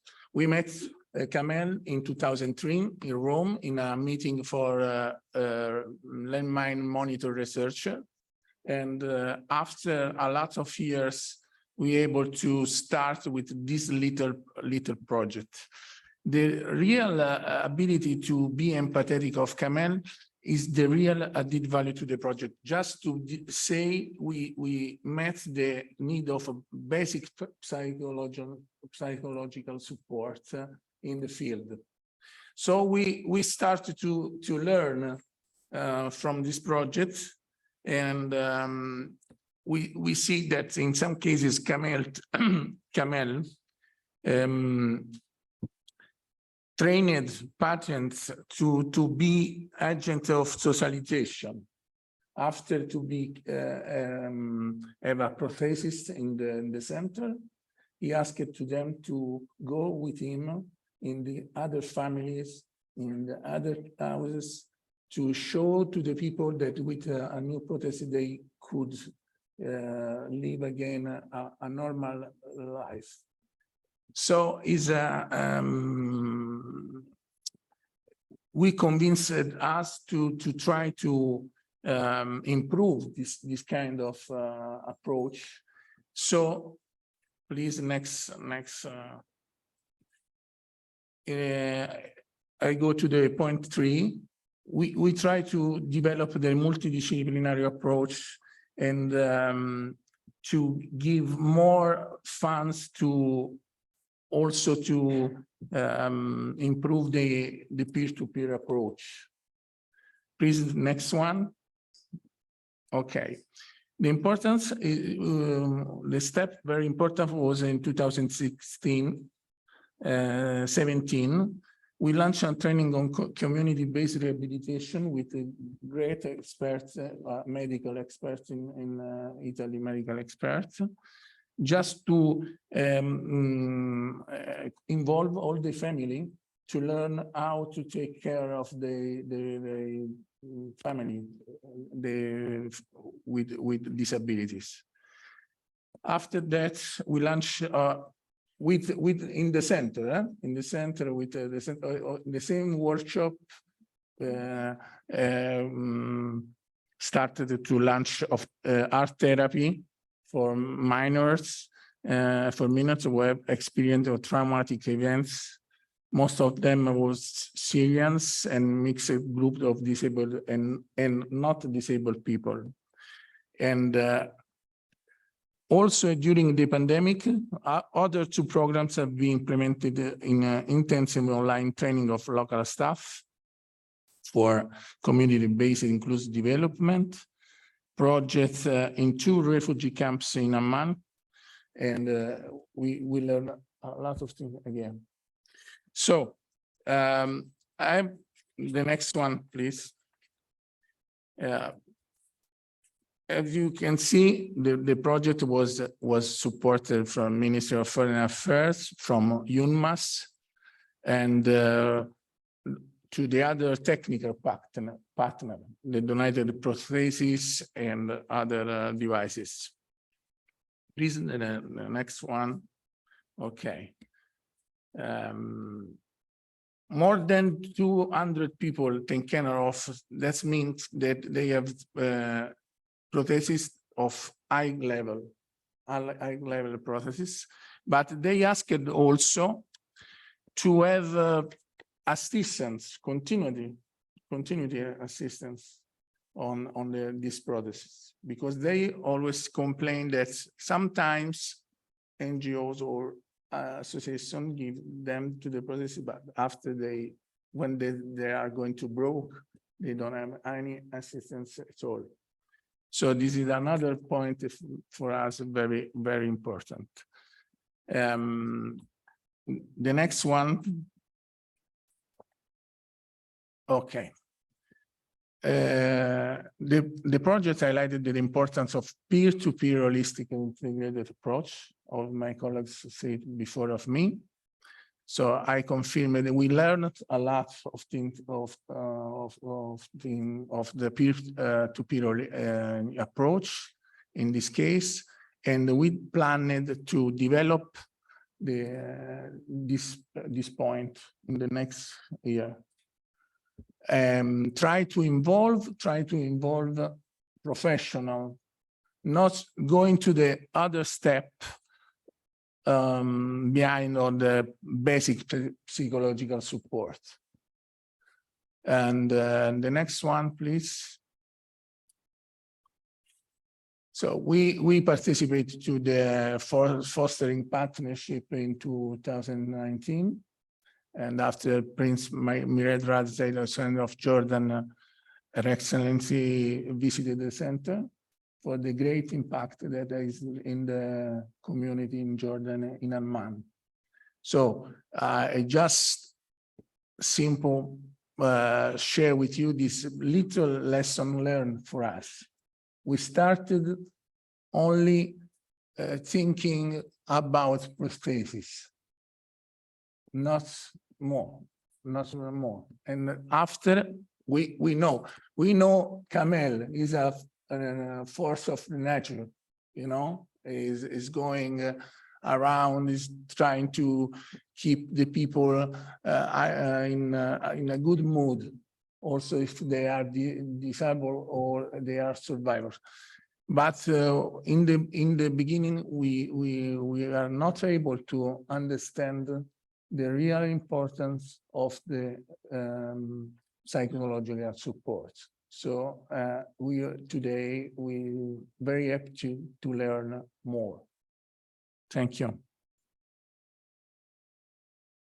Grazie mille, Giuseppe. Thank you very much, and especially also for underlining the importance of peer-to-peer support programs, which are also mentioned in our Action 38 of the Oslo Action Plan. And now our next speaker is Dr. Kenneth Kalani. He's a psychiatrist and senior medical officer at the Mental Health Division of Uganda's Ministry of Health. He has over 7 years of experience in mental health care provision. Kenneth has been co-chair of the National Mental Health and Psychosocial Support sub-pillar that coordinates the MHPSS aspect of COVID-19 and Ebola virus disease outbreaks in Uganda. Kenneth, please, you have the floor. Thank you. And thank you to the organizers of this convention for giving Uganda the opportunity to share our experience. Can we have the presentation on?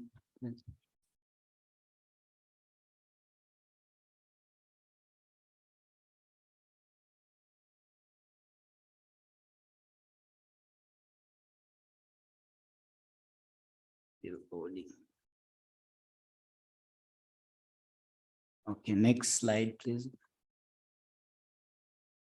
So in Uganda, MHPSS care is provided for all without any special focus for persons with disabilities, with the exception of the post-war Northern Uganda, where under the Trust Fund for Victims of Torture, partners are intentional in screening persons with disability for MHPSS needs and subsequently providing them. And you see some of the partners stated there. Now, during COVID, a lot of efforts were made. COVID came with very many changes that you know, including lockdown.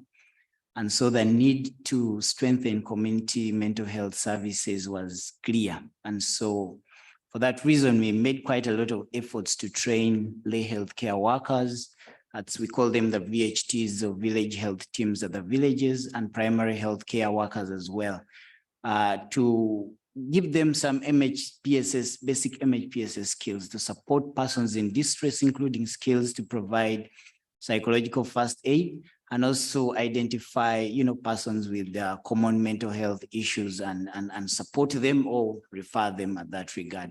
So that was included, and you know that persons with disability and even survivors and victims of landmine in the community, and once those services are in the community level, there was a semblance of provision of those services. Next slide. We have a new strategic plan, a mental health strategic plan. So in this strategic plan, persons with disabilities are identified as a vulnerable group. And there's a new section added as opposed to the previous strategic plan that includes objectives for MHPSS during epidemics and disasters and things such as wars as well. And so in there are key strategic options that will support persons who are victimized in terms of providing mental health and psychosocial support, and also providing long-term care, and that is psychological care in that regard. We also have the Mental Health Act of 2018 that mandates the integration of MHPSS at community level. In Uganda, mental health and psychosocial support is recognized as a pillar of primary health care, and so services should be integrated at all that level. And this ultimately will improve MHPSS care for persons with disabilities at communities. Next slide. Despite that, we still have some gaps that are glaring and very clear. Stigma and lack of awareness is a major gap that I always say that persons with disability suffer double tragedies. So they already have stigma related to the disabilities that they have. And now if they get a mental health issues also come with their own stigmas.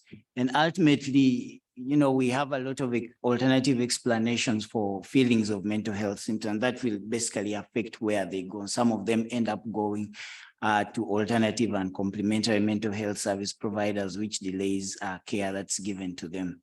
The services, MHPSS services are not inclusive. They provide services for the general population, and yet persons with disability need special focus in order to provide. So oftentimes they are left behind.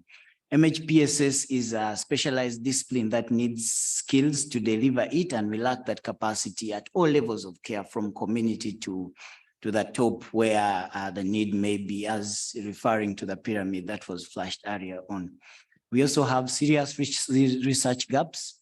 You know that we need data to inform policies, and also to inform the interventions that we need to put across.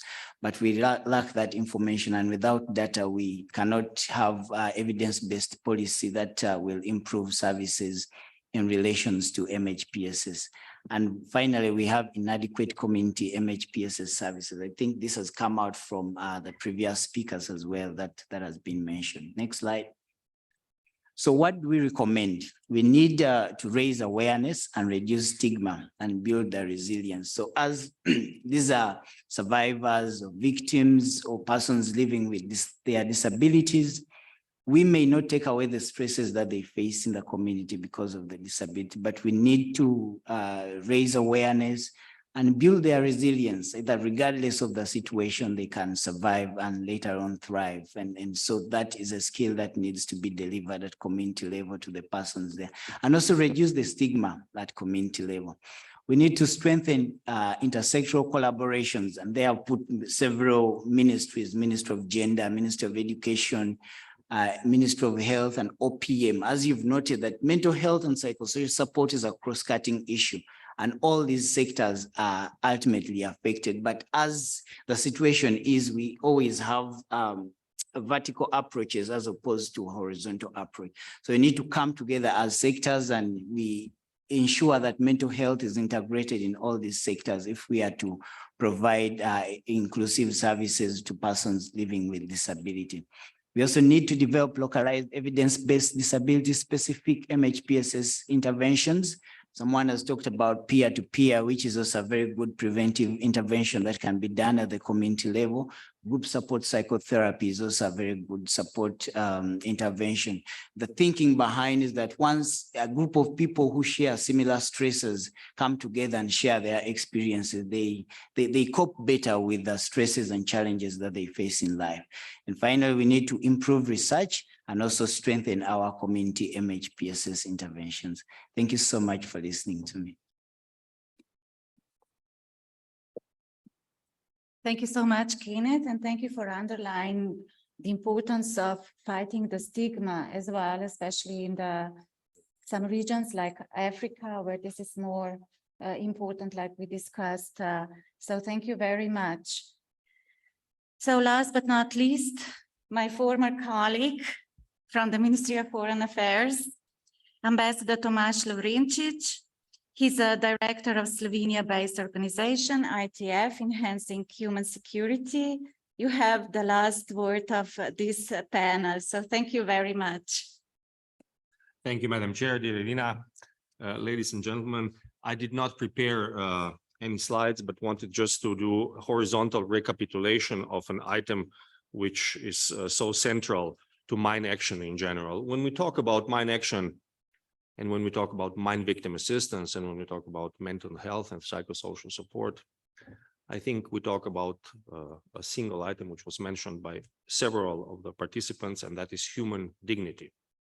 We want to restore human dignity to those who have been robbed of it in the most violent way, in addition to physical pain that they went through, the physical suffering, also the theft of human dignity from them. And mine victim assistance programs, specifically in mental health and psychosocial support, are a modest contribution to try to help them recuperate this. ITF has been working in this field for many years, and perhaps if you allow me, I would share with you some of the lessons learned which might come handy now in the process leading up to our meeting in Cambodia, where Oslo Action Plan has to be updated, specifically this part on mine victim assistance.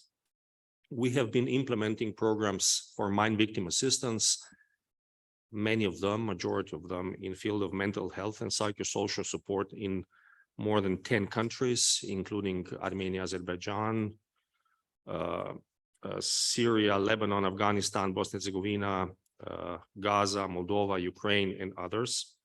And what we have noticed is this, in spite of COVID, which has not been mentioned, I think, directly by anyone, but it was a major black swan in mine victim assistance activity. Donor countries continue to support this activity in number of jurisdictions, for which we are very grateful. Donors like South Korea, Austria, Slovenia, Czech Republic, European Commission, and others continues to support these programs because in many of cases, mine victims in their local community are well known and are often considered kind of local heroes. So whoever helps them helps their local heroes, their role models.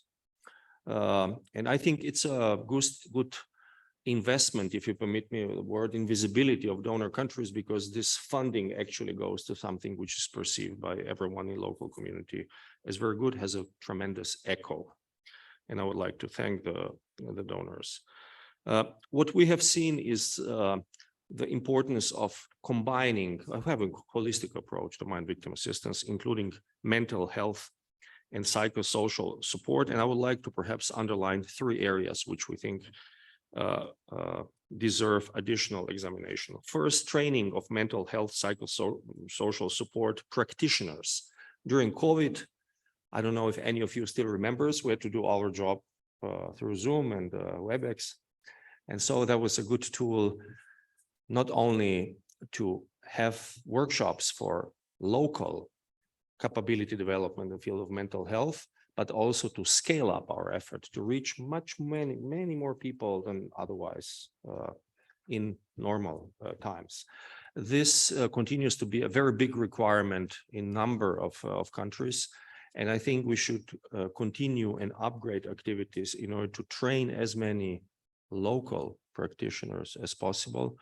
As Dr. Valde-Trabadero and Dr. Mominova said, there is a big deficiency here.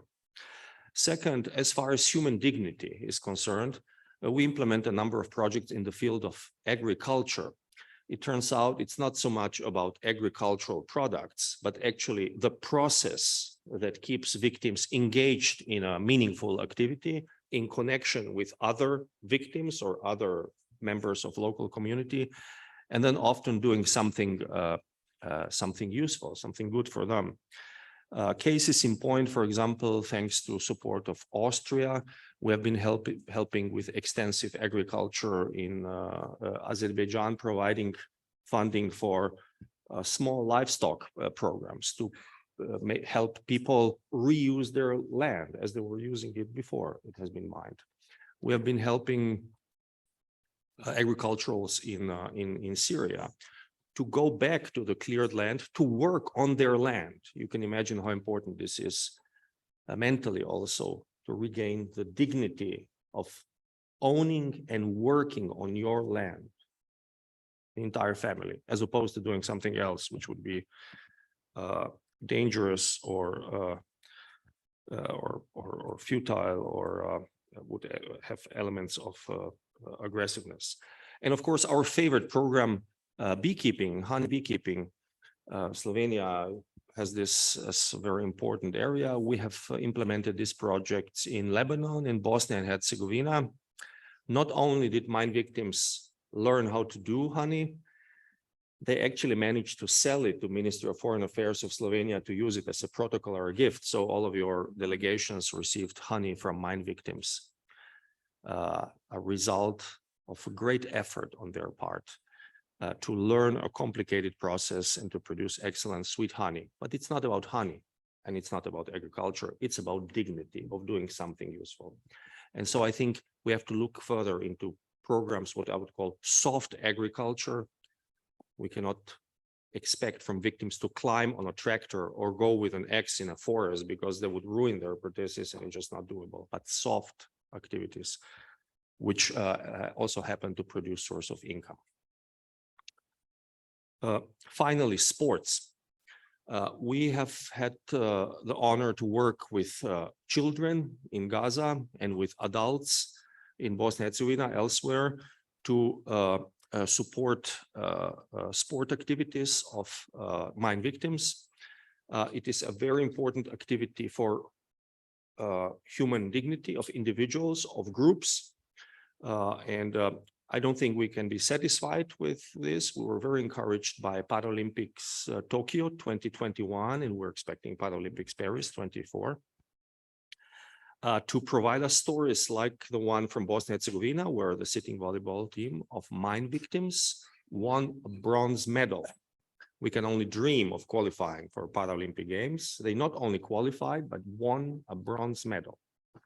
And I think we should be working more with Paralympic committees in all our countries in order to engage them and horizontally, perhaps in a way that UK organizers of London Paralympics did with refugees at the time. Remember, refugee team competed under Olympic flag at the time. Perhaps we could try something similar with mine victim assistance. To wrap up, I think as we move towards the revision of Oslo Action Plan, we should examine the focus that is in the agreed text, especially as far as it concerns the segmentation of individual groups. I don't recall any specific mentioning of women and children in these action plans. As Dr. Kalani said, the element of stigmatization, not only victims, but family members of victims, is something that we need to address, and I don't think that has been done up to now. Second, soft inclusion activities, agricultural, sports, others, which would be beyond therapy, beyond mental health and medical activity, but psychosocial activities. And of course, continuity. We cannot turn off these programs if another COVID hits us. We should somehow put this sustainability into our objectives as well. That is not the case with Oslo Action Plan. And of course, COVID victims, mine victims during COVID suffered even more than us. So I would like to thank you for your attention and looking forward to work together in order to enhance the quality and quantity of our programs for mental health and psychosocial stability for mine victims. Thank you. Hvala, Tomaž. Thank you so much. You raised important issues like, of course, donor support, which is lagging behind in mine action. So we should pay a special importance to increasing the support for the mine victims assistance, of course, and then including gender. I'm also a gender focal point in our committee. So yes, I would like to support what you said, and I hope this will be an important issue in the discussion of the next action plan. And of course, Hani, our Slovenian initiative for the International Bee Day, which is also, yes, a good project with the mine victims assistance and making of the honey. So thank you so much, all the panelists. I think we had a very interesting discussion and food for thought. And I would like to encourage now all of you participants to make comments, to ask questions. We have some time to dedicate also to you and your interests. First of all, I would like to give the floor to Luis Romano Damiani. He's a diplomat at the Venezuelan mission in Geneva and also a person with disability. He has also a PhD in human rights. So he's a success story. Mi hermanita querida, por favor. Thank you, Irina, dear panelists. Thank you very much for your views and for your work. And well, of course, for this event, which has a significant relevance, it addresses an importance of mental health and also psychological support. I'll be brief. As a person with a disability, this topic is very important to me. And so I'm going to expose from a very personal point of view, as I believe I can understand it, and a little bit of it from a very subjective and unique way, but I think very truthful. And we all know, we have heard all the panelists about the suffering caused by landmines and how horrific and traumatic it is. And a surviving victim often requires amputation, multiple operations, prolonged physical rehabilitation, usually suffering for permanent disability with a severe psychological and economic consequence. And despite the efforts made, people with disabilities face, and I already said that I was going to be brief, so I'm just going to say the first issues that comes to my mind. As a panelist already said, stigmatization, negative attitude towards the disability, systems and service that and policies that do not exist or make it more difficult for people with disabilities in all areas of life, lack of access to a decent work, an environment that is not accessible, lack of relevant assistant technology, and by that I mean assistive, adaptive, and rehabilitative device. So I just wanted to thank you once again for highlighting the importance of integrating mental health and psychological support in all of your sectors and providing an overview of how to ensure a rights-based approach to disability in this context of mental health. So gracias nuevamente, Irina, and back to you. Thank you. Gracias. Thank you so much. And this is very important that our work is also useful in the ground, and we have to, this is our main purpose, to improve the work on the ground and improve the practical support of the victims. Thank you so much again for coming, Luis. I will give the floor now to Humanity and Inclusion. Are you here in the room? Oh, thank you so much. Yeah. Thank you very much. Humanity and Inclusion, HI, thanks the VA committee for organizing the panel and welcomes the committee's decision to focus on MHPSS this year. Thank you very much as well for the speakers for their presentations. It's all the more important as psychological support is one of the components of VA with the greatest needs of improvement, it has been mentioned. And the psychological impact is often put aside compared to other more visible needs. In this respect, HI would like to highlight a few challenges that we witness in the countries in which we operate. Majority of them have been highlighted by panelists, so I will be really brief. The lack of accessibility of MHPSS services, especially in remote and rural areas in certain states, and the non-integration of MHPSS into health and social welfare system. The insufficient development of peer-to-peer activities between victims and within wider affected communities. Third, the existing stigma around mental health. And fourth, the funding of MHPSS activities in affected state parties, preventing long-term intervention required to tackle the great variety of needs and not allowing essential empowerment of victims. To this end, I would like to make three main recommendations addressed to state party and the mine action sector. First, integrate further MHPSS into existing national health systems and services, as well as into social protection systems and any other national systems providing assistance to victims. So it would require to strengthen the development of public policies and strategies that address the mental health needs of the population with a specific attention to victims. This would also require the supports to support the development of national MHPSS dedicated expertise, including specialized professions. It has been mentioned by panelists as well. And also to integrate basic MHPSS training to non-MHPSS staff, like first aid rescuers, health, social workers, and rehab workers as well.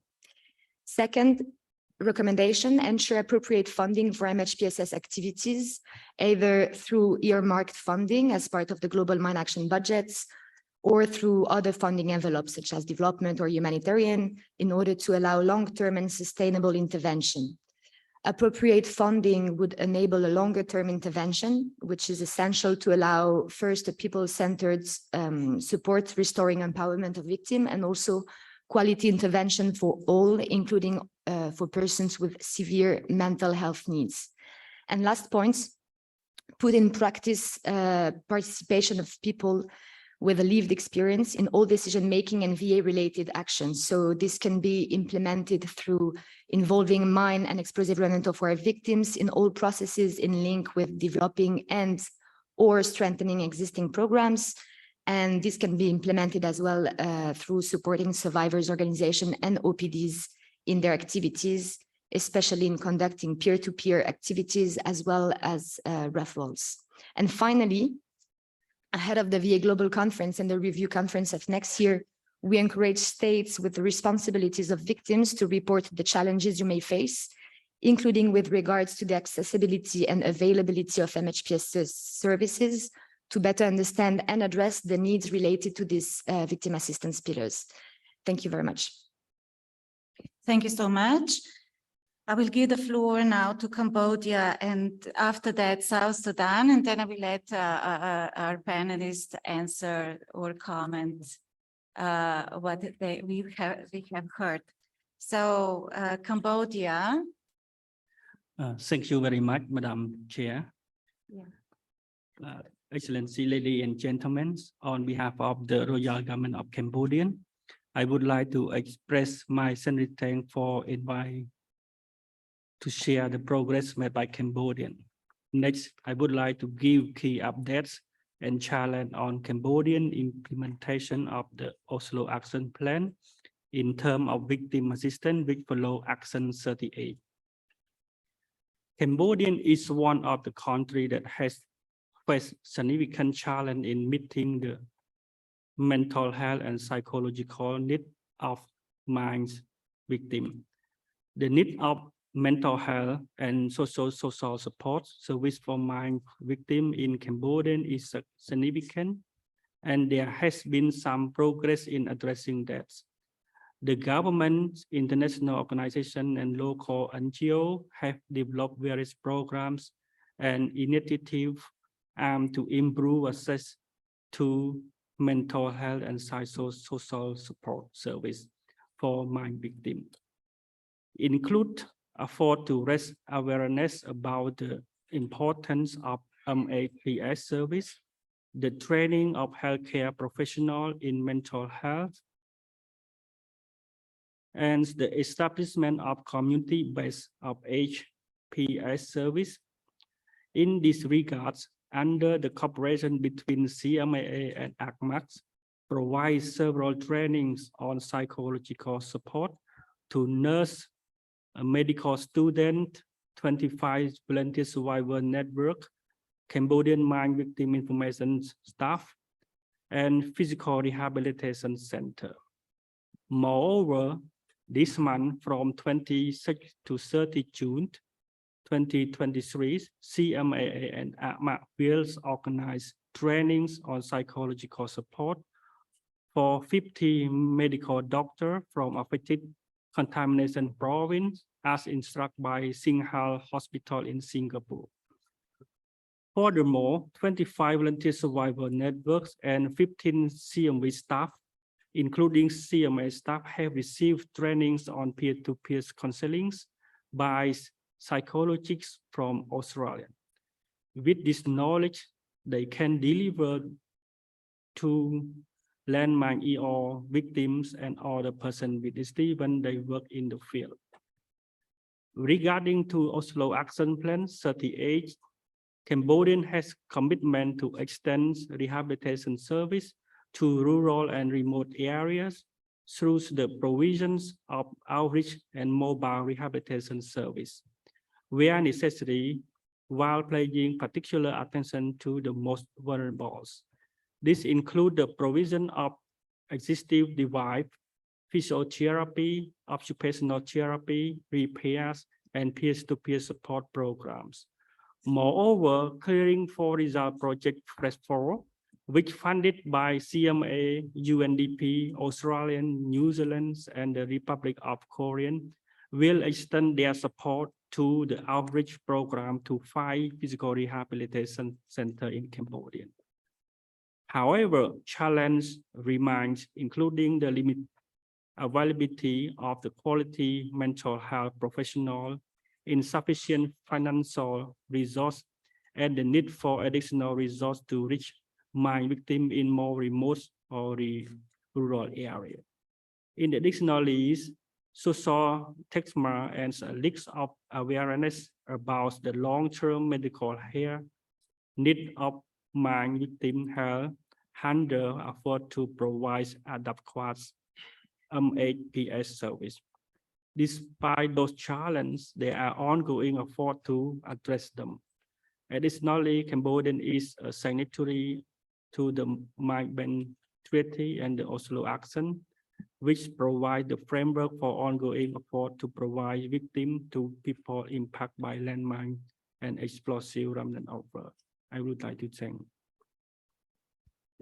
Thank you, Cambodia, and thank you so much for hosting this important global conference in October this year. I'm sure that a lot of people in this room will attend it and looking forward to it.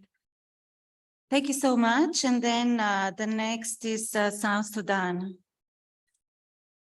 Are you in the room? Yes. Oh, you're there. Please, madam, the floor is yours. Thank you for the panelists and the opportunity to share with you on mental health, psychosocial support services in South Sudan. A mental case, it has become a huge issue in South Sudan as a post-conflict country, and couples of violence, a lot of persons with disability and persons without disabilities started developing mental illness from 2013 up to date. The increased trend of mental illness raised concern to many partners in the country in 2013, whereby the government under the Ministry of Health established a directorate for mental health within the national ministry, and also established a department within the main hospital so that persons with mental illness can be referred for treatment. And it's also included in the Ministry of Health National Strategy for Ministry of Health, and then the Ministry of Gender, Child and Social Welfare. Awareness raising was there, especially on mental health and psychosocial support to persons with disability within the rehabilitation centers under the component of victim assistance.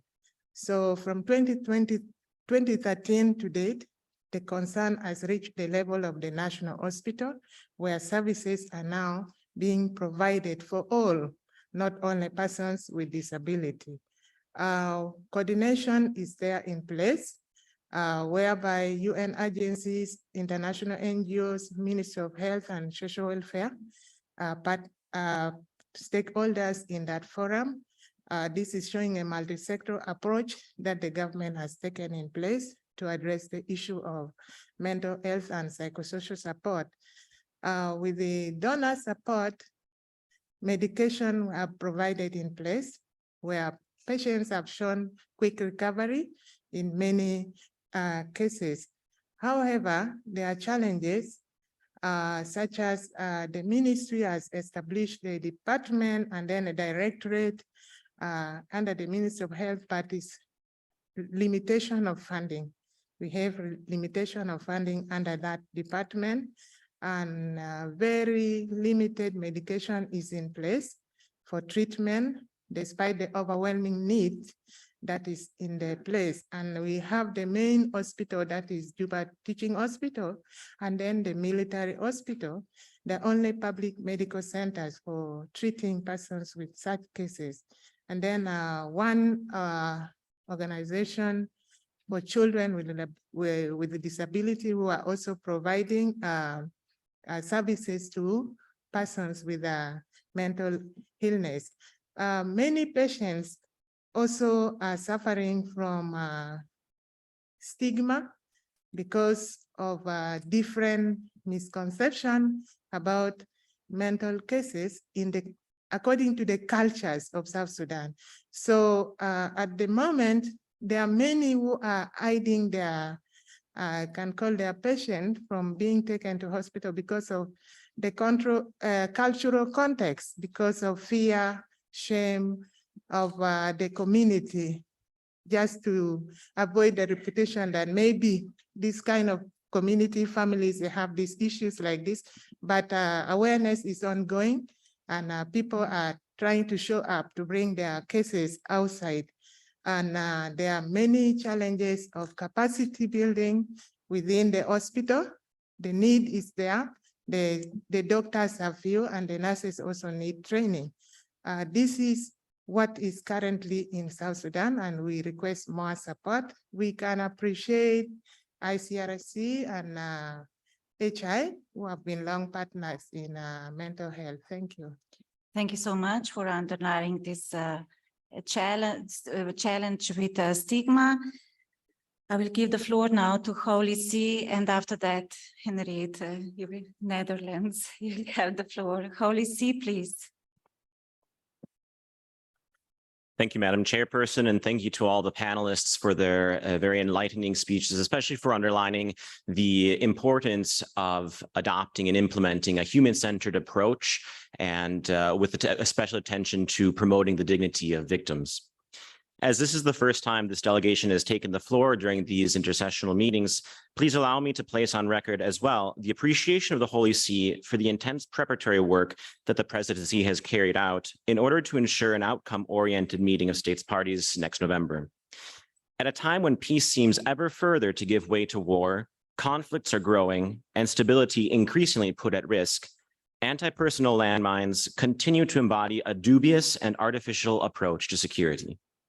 In this regard, victims of anti-personnel landmines, among whom are many children, remain a stark reminder of the cruelty and tragedy of conflicts. Respect for the deadlines contracted under the Convention is more than a legal obligation. In particular, the special attention given to the victims of anti-personnel landmines is of paramount importance, as it persists even after the destruction of stockpiles and landmine clearance. As has been said time and time again, regrettably, a mine-free world does not equal a world free from victims. Madam Chairperson, this delegation welcomes the fact that increased attention is being given to the mental health and psychosocial support of victims, which, together with the religious and spiritual accompaniment of victims and their families, have often been overlooked. For the Holy See, it is fundamental to continue placing the human person at the center and thus guarantee a form of assistance which is integral and takes into account the diverse needs of victims. In this regard, spiritual care should accompany medical, psychological, and economic social assistance. Indeed, spiritual care is an important component of an integral care that considers the person in his or her entirety and that unites the human body with its psychological, social, and spiritual dimensions. In this regard, assistance given to victims must not be limited to the allocation of financial aid alone. It must aim to allow people to take charge of their own integral human development. One of the first states to ratify this convention, the Holy See, through the institutions of the Catholic Church throughout the world, has since carried out a campaign to increase awareness in the local churches of the problem of anti-personnel landmines, circulating relevant information on this serious problem, pressing for an active commitment in this regard, and in addition, asking for prayers for the victims of anti-personnel landmines. Madam Chairperson, in the name of human fraternity, of justice and mercy, let us consider assistance from the perspective of the victims themselves. After all, the best way to ensure that their needs, including psychosocial support and spiritual assistance, are addressed properly and that their rights are upheld is to listen to them. Thank you, Madam Chairperson. Thank you so much. Our next speaker is Netherlands. Henriette, please. Oh, Thank you, sorry, Madam your Chair.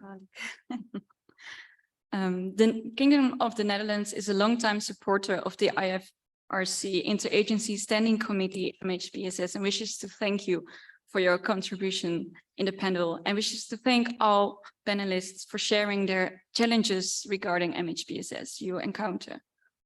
The Kingdom of the Netherlands appreciates this opportunity to emphasize that too often MHPSS is seen as a highly complex sphere of work for which highly specialized staff is needed at large scale.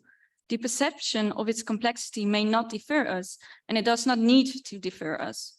The examples shared today show the possibility to include MHPSS in broader programs, starting with relatively simple, community-based, non-medical basic psychosocial actions like peer-to-peer support.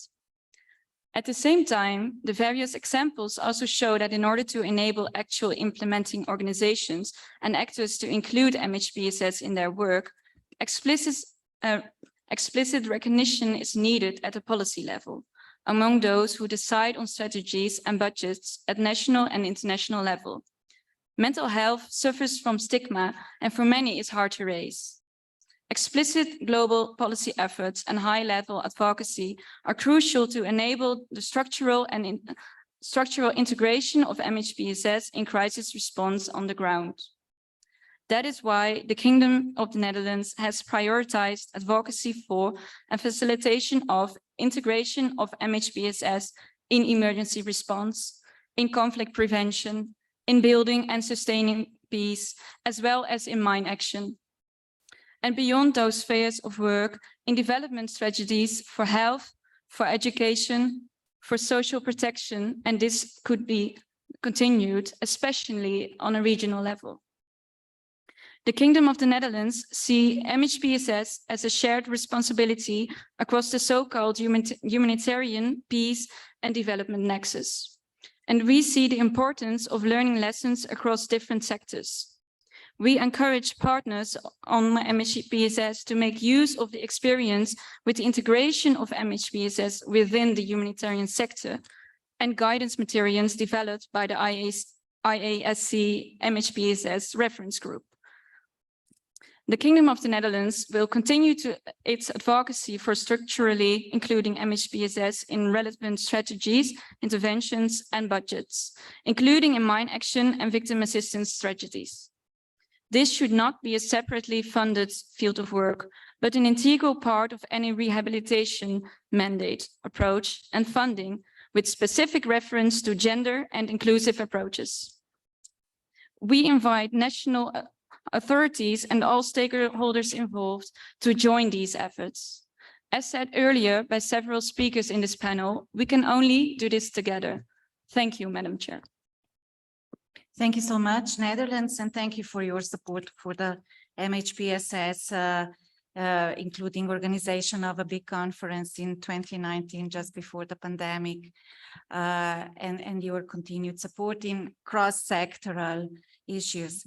So, because we are approaching the end of this panel, I would like to ask our panelists to respond maybe to the interventions that were made, or just for some final remarks. Who would like to start? I'm looking at Kenneth.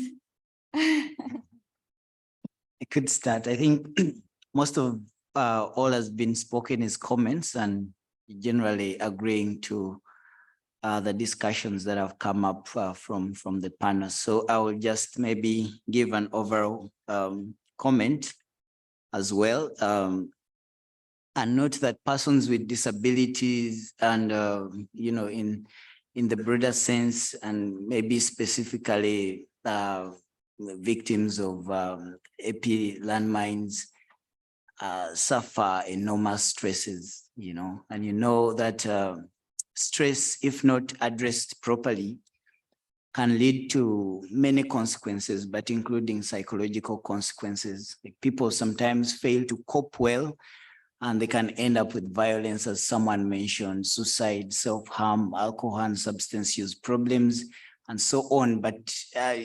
consequently, they can also develop mental illnesses like acute stress disorder, post-traumatic stress disorder, anxieties, and depression. And all these things affect the individual sufferer. They're already having a disability, and now they have a mental health challenge, and this is a double tragedy.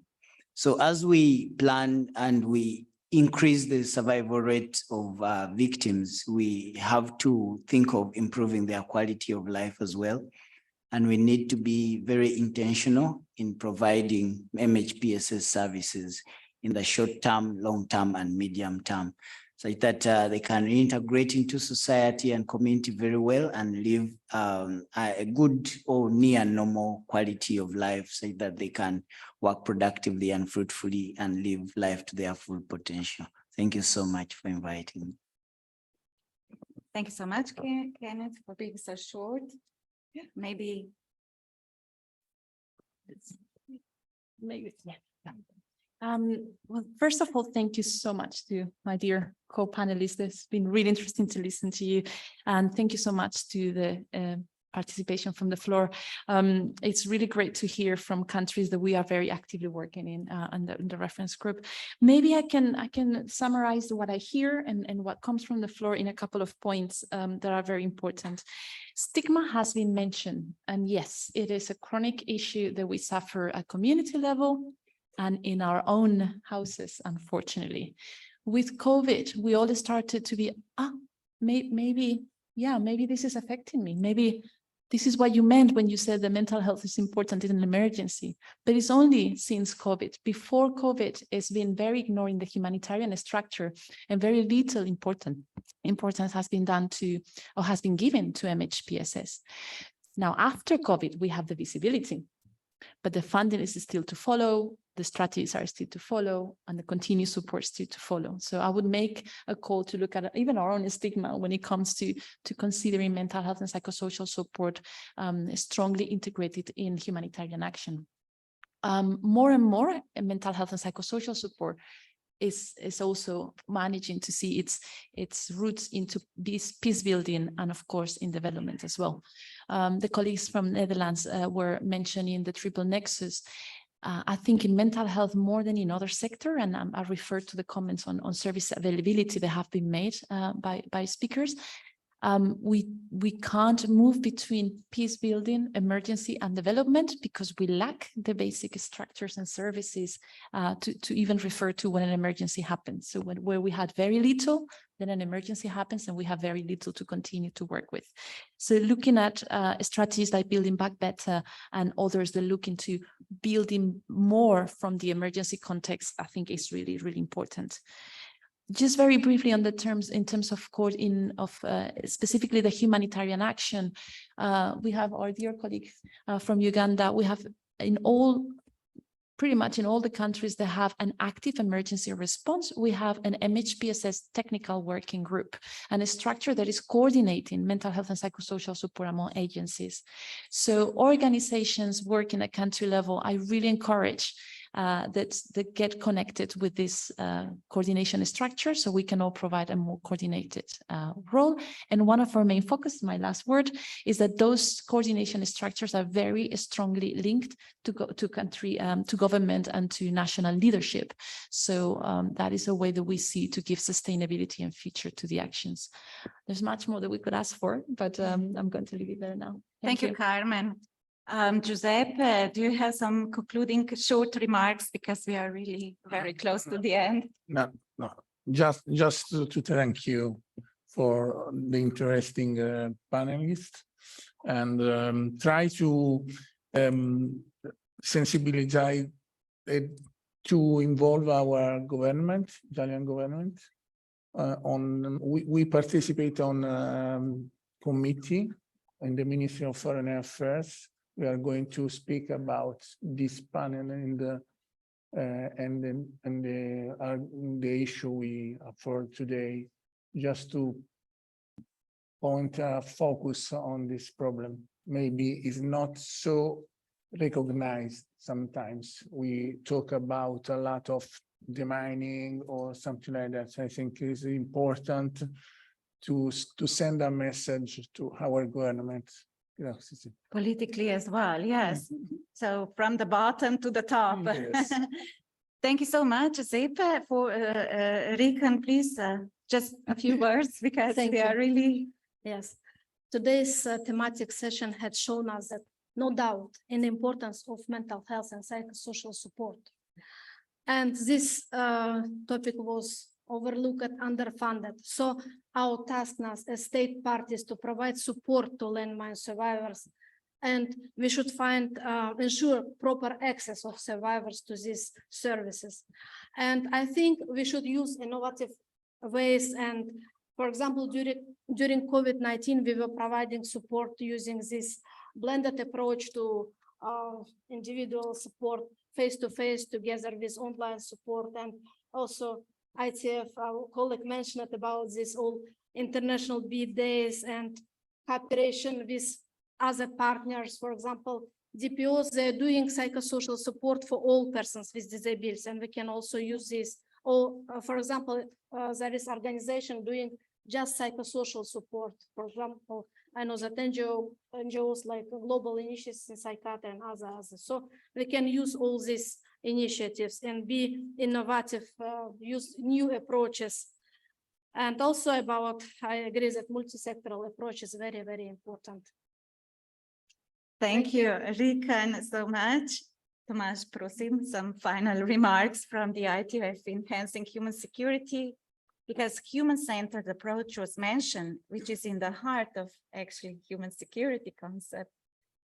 Yes, we are here under the splendid Geneva sun, and if we use the metaphor, I think the more light we shed on the issue of mine victim assistance and mental health social support, the better it is for mine victims. And option B, if they are left to be sliding into obscurity, it creates additional problems in addition to the ones that I already have. And so I would like to thank the organizers for putting this important topic on the agenda. I think here in the room there is a large high level of consensus about the importance. Our role is to spread this to governments, to donors, to implementing agencies, so that those who need our help understanding support can receive it. Thank you. Thank you. Hvala, Tomasz. Thank you so much.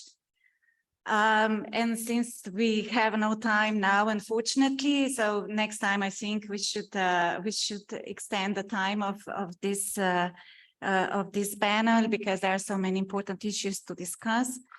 I would like to conclude that we need, obviously, we need to do more for the victim assistance, including gender and diversity aspects of the assistance. I would also like to encourage state parties with mine victims to contact the committee and the implementation support unit if they need any support in this. And then finally, thank participants, thank the panelists so much. It was very enlightening. I think we really learned a lot. I would like to thank the invaluable support of implementation support unit, Juan Carlos and Firos, for their hard work, and also my committee members, General Casaura, Veronica, he's there in our president of the committee, Veronica and Elena. Thank you so much, and then see you at the next meeting. Thank you so much.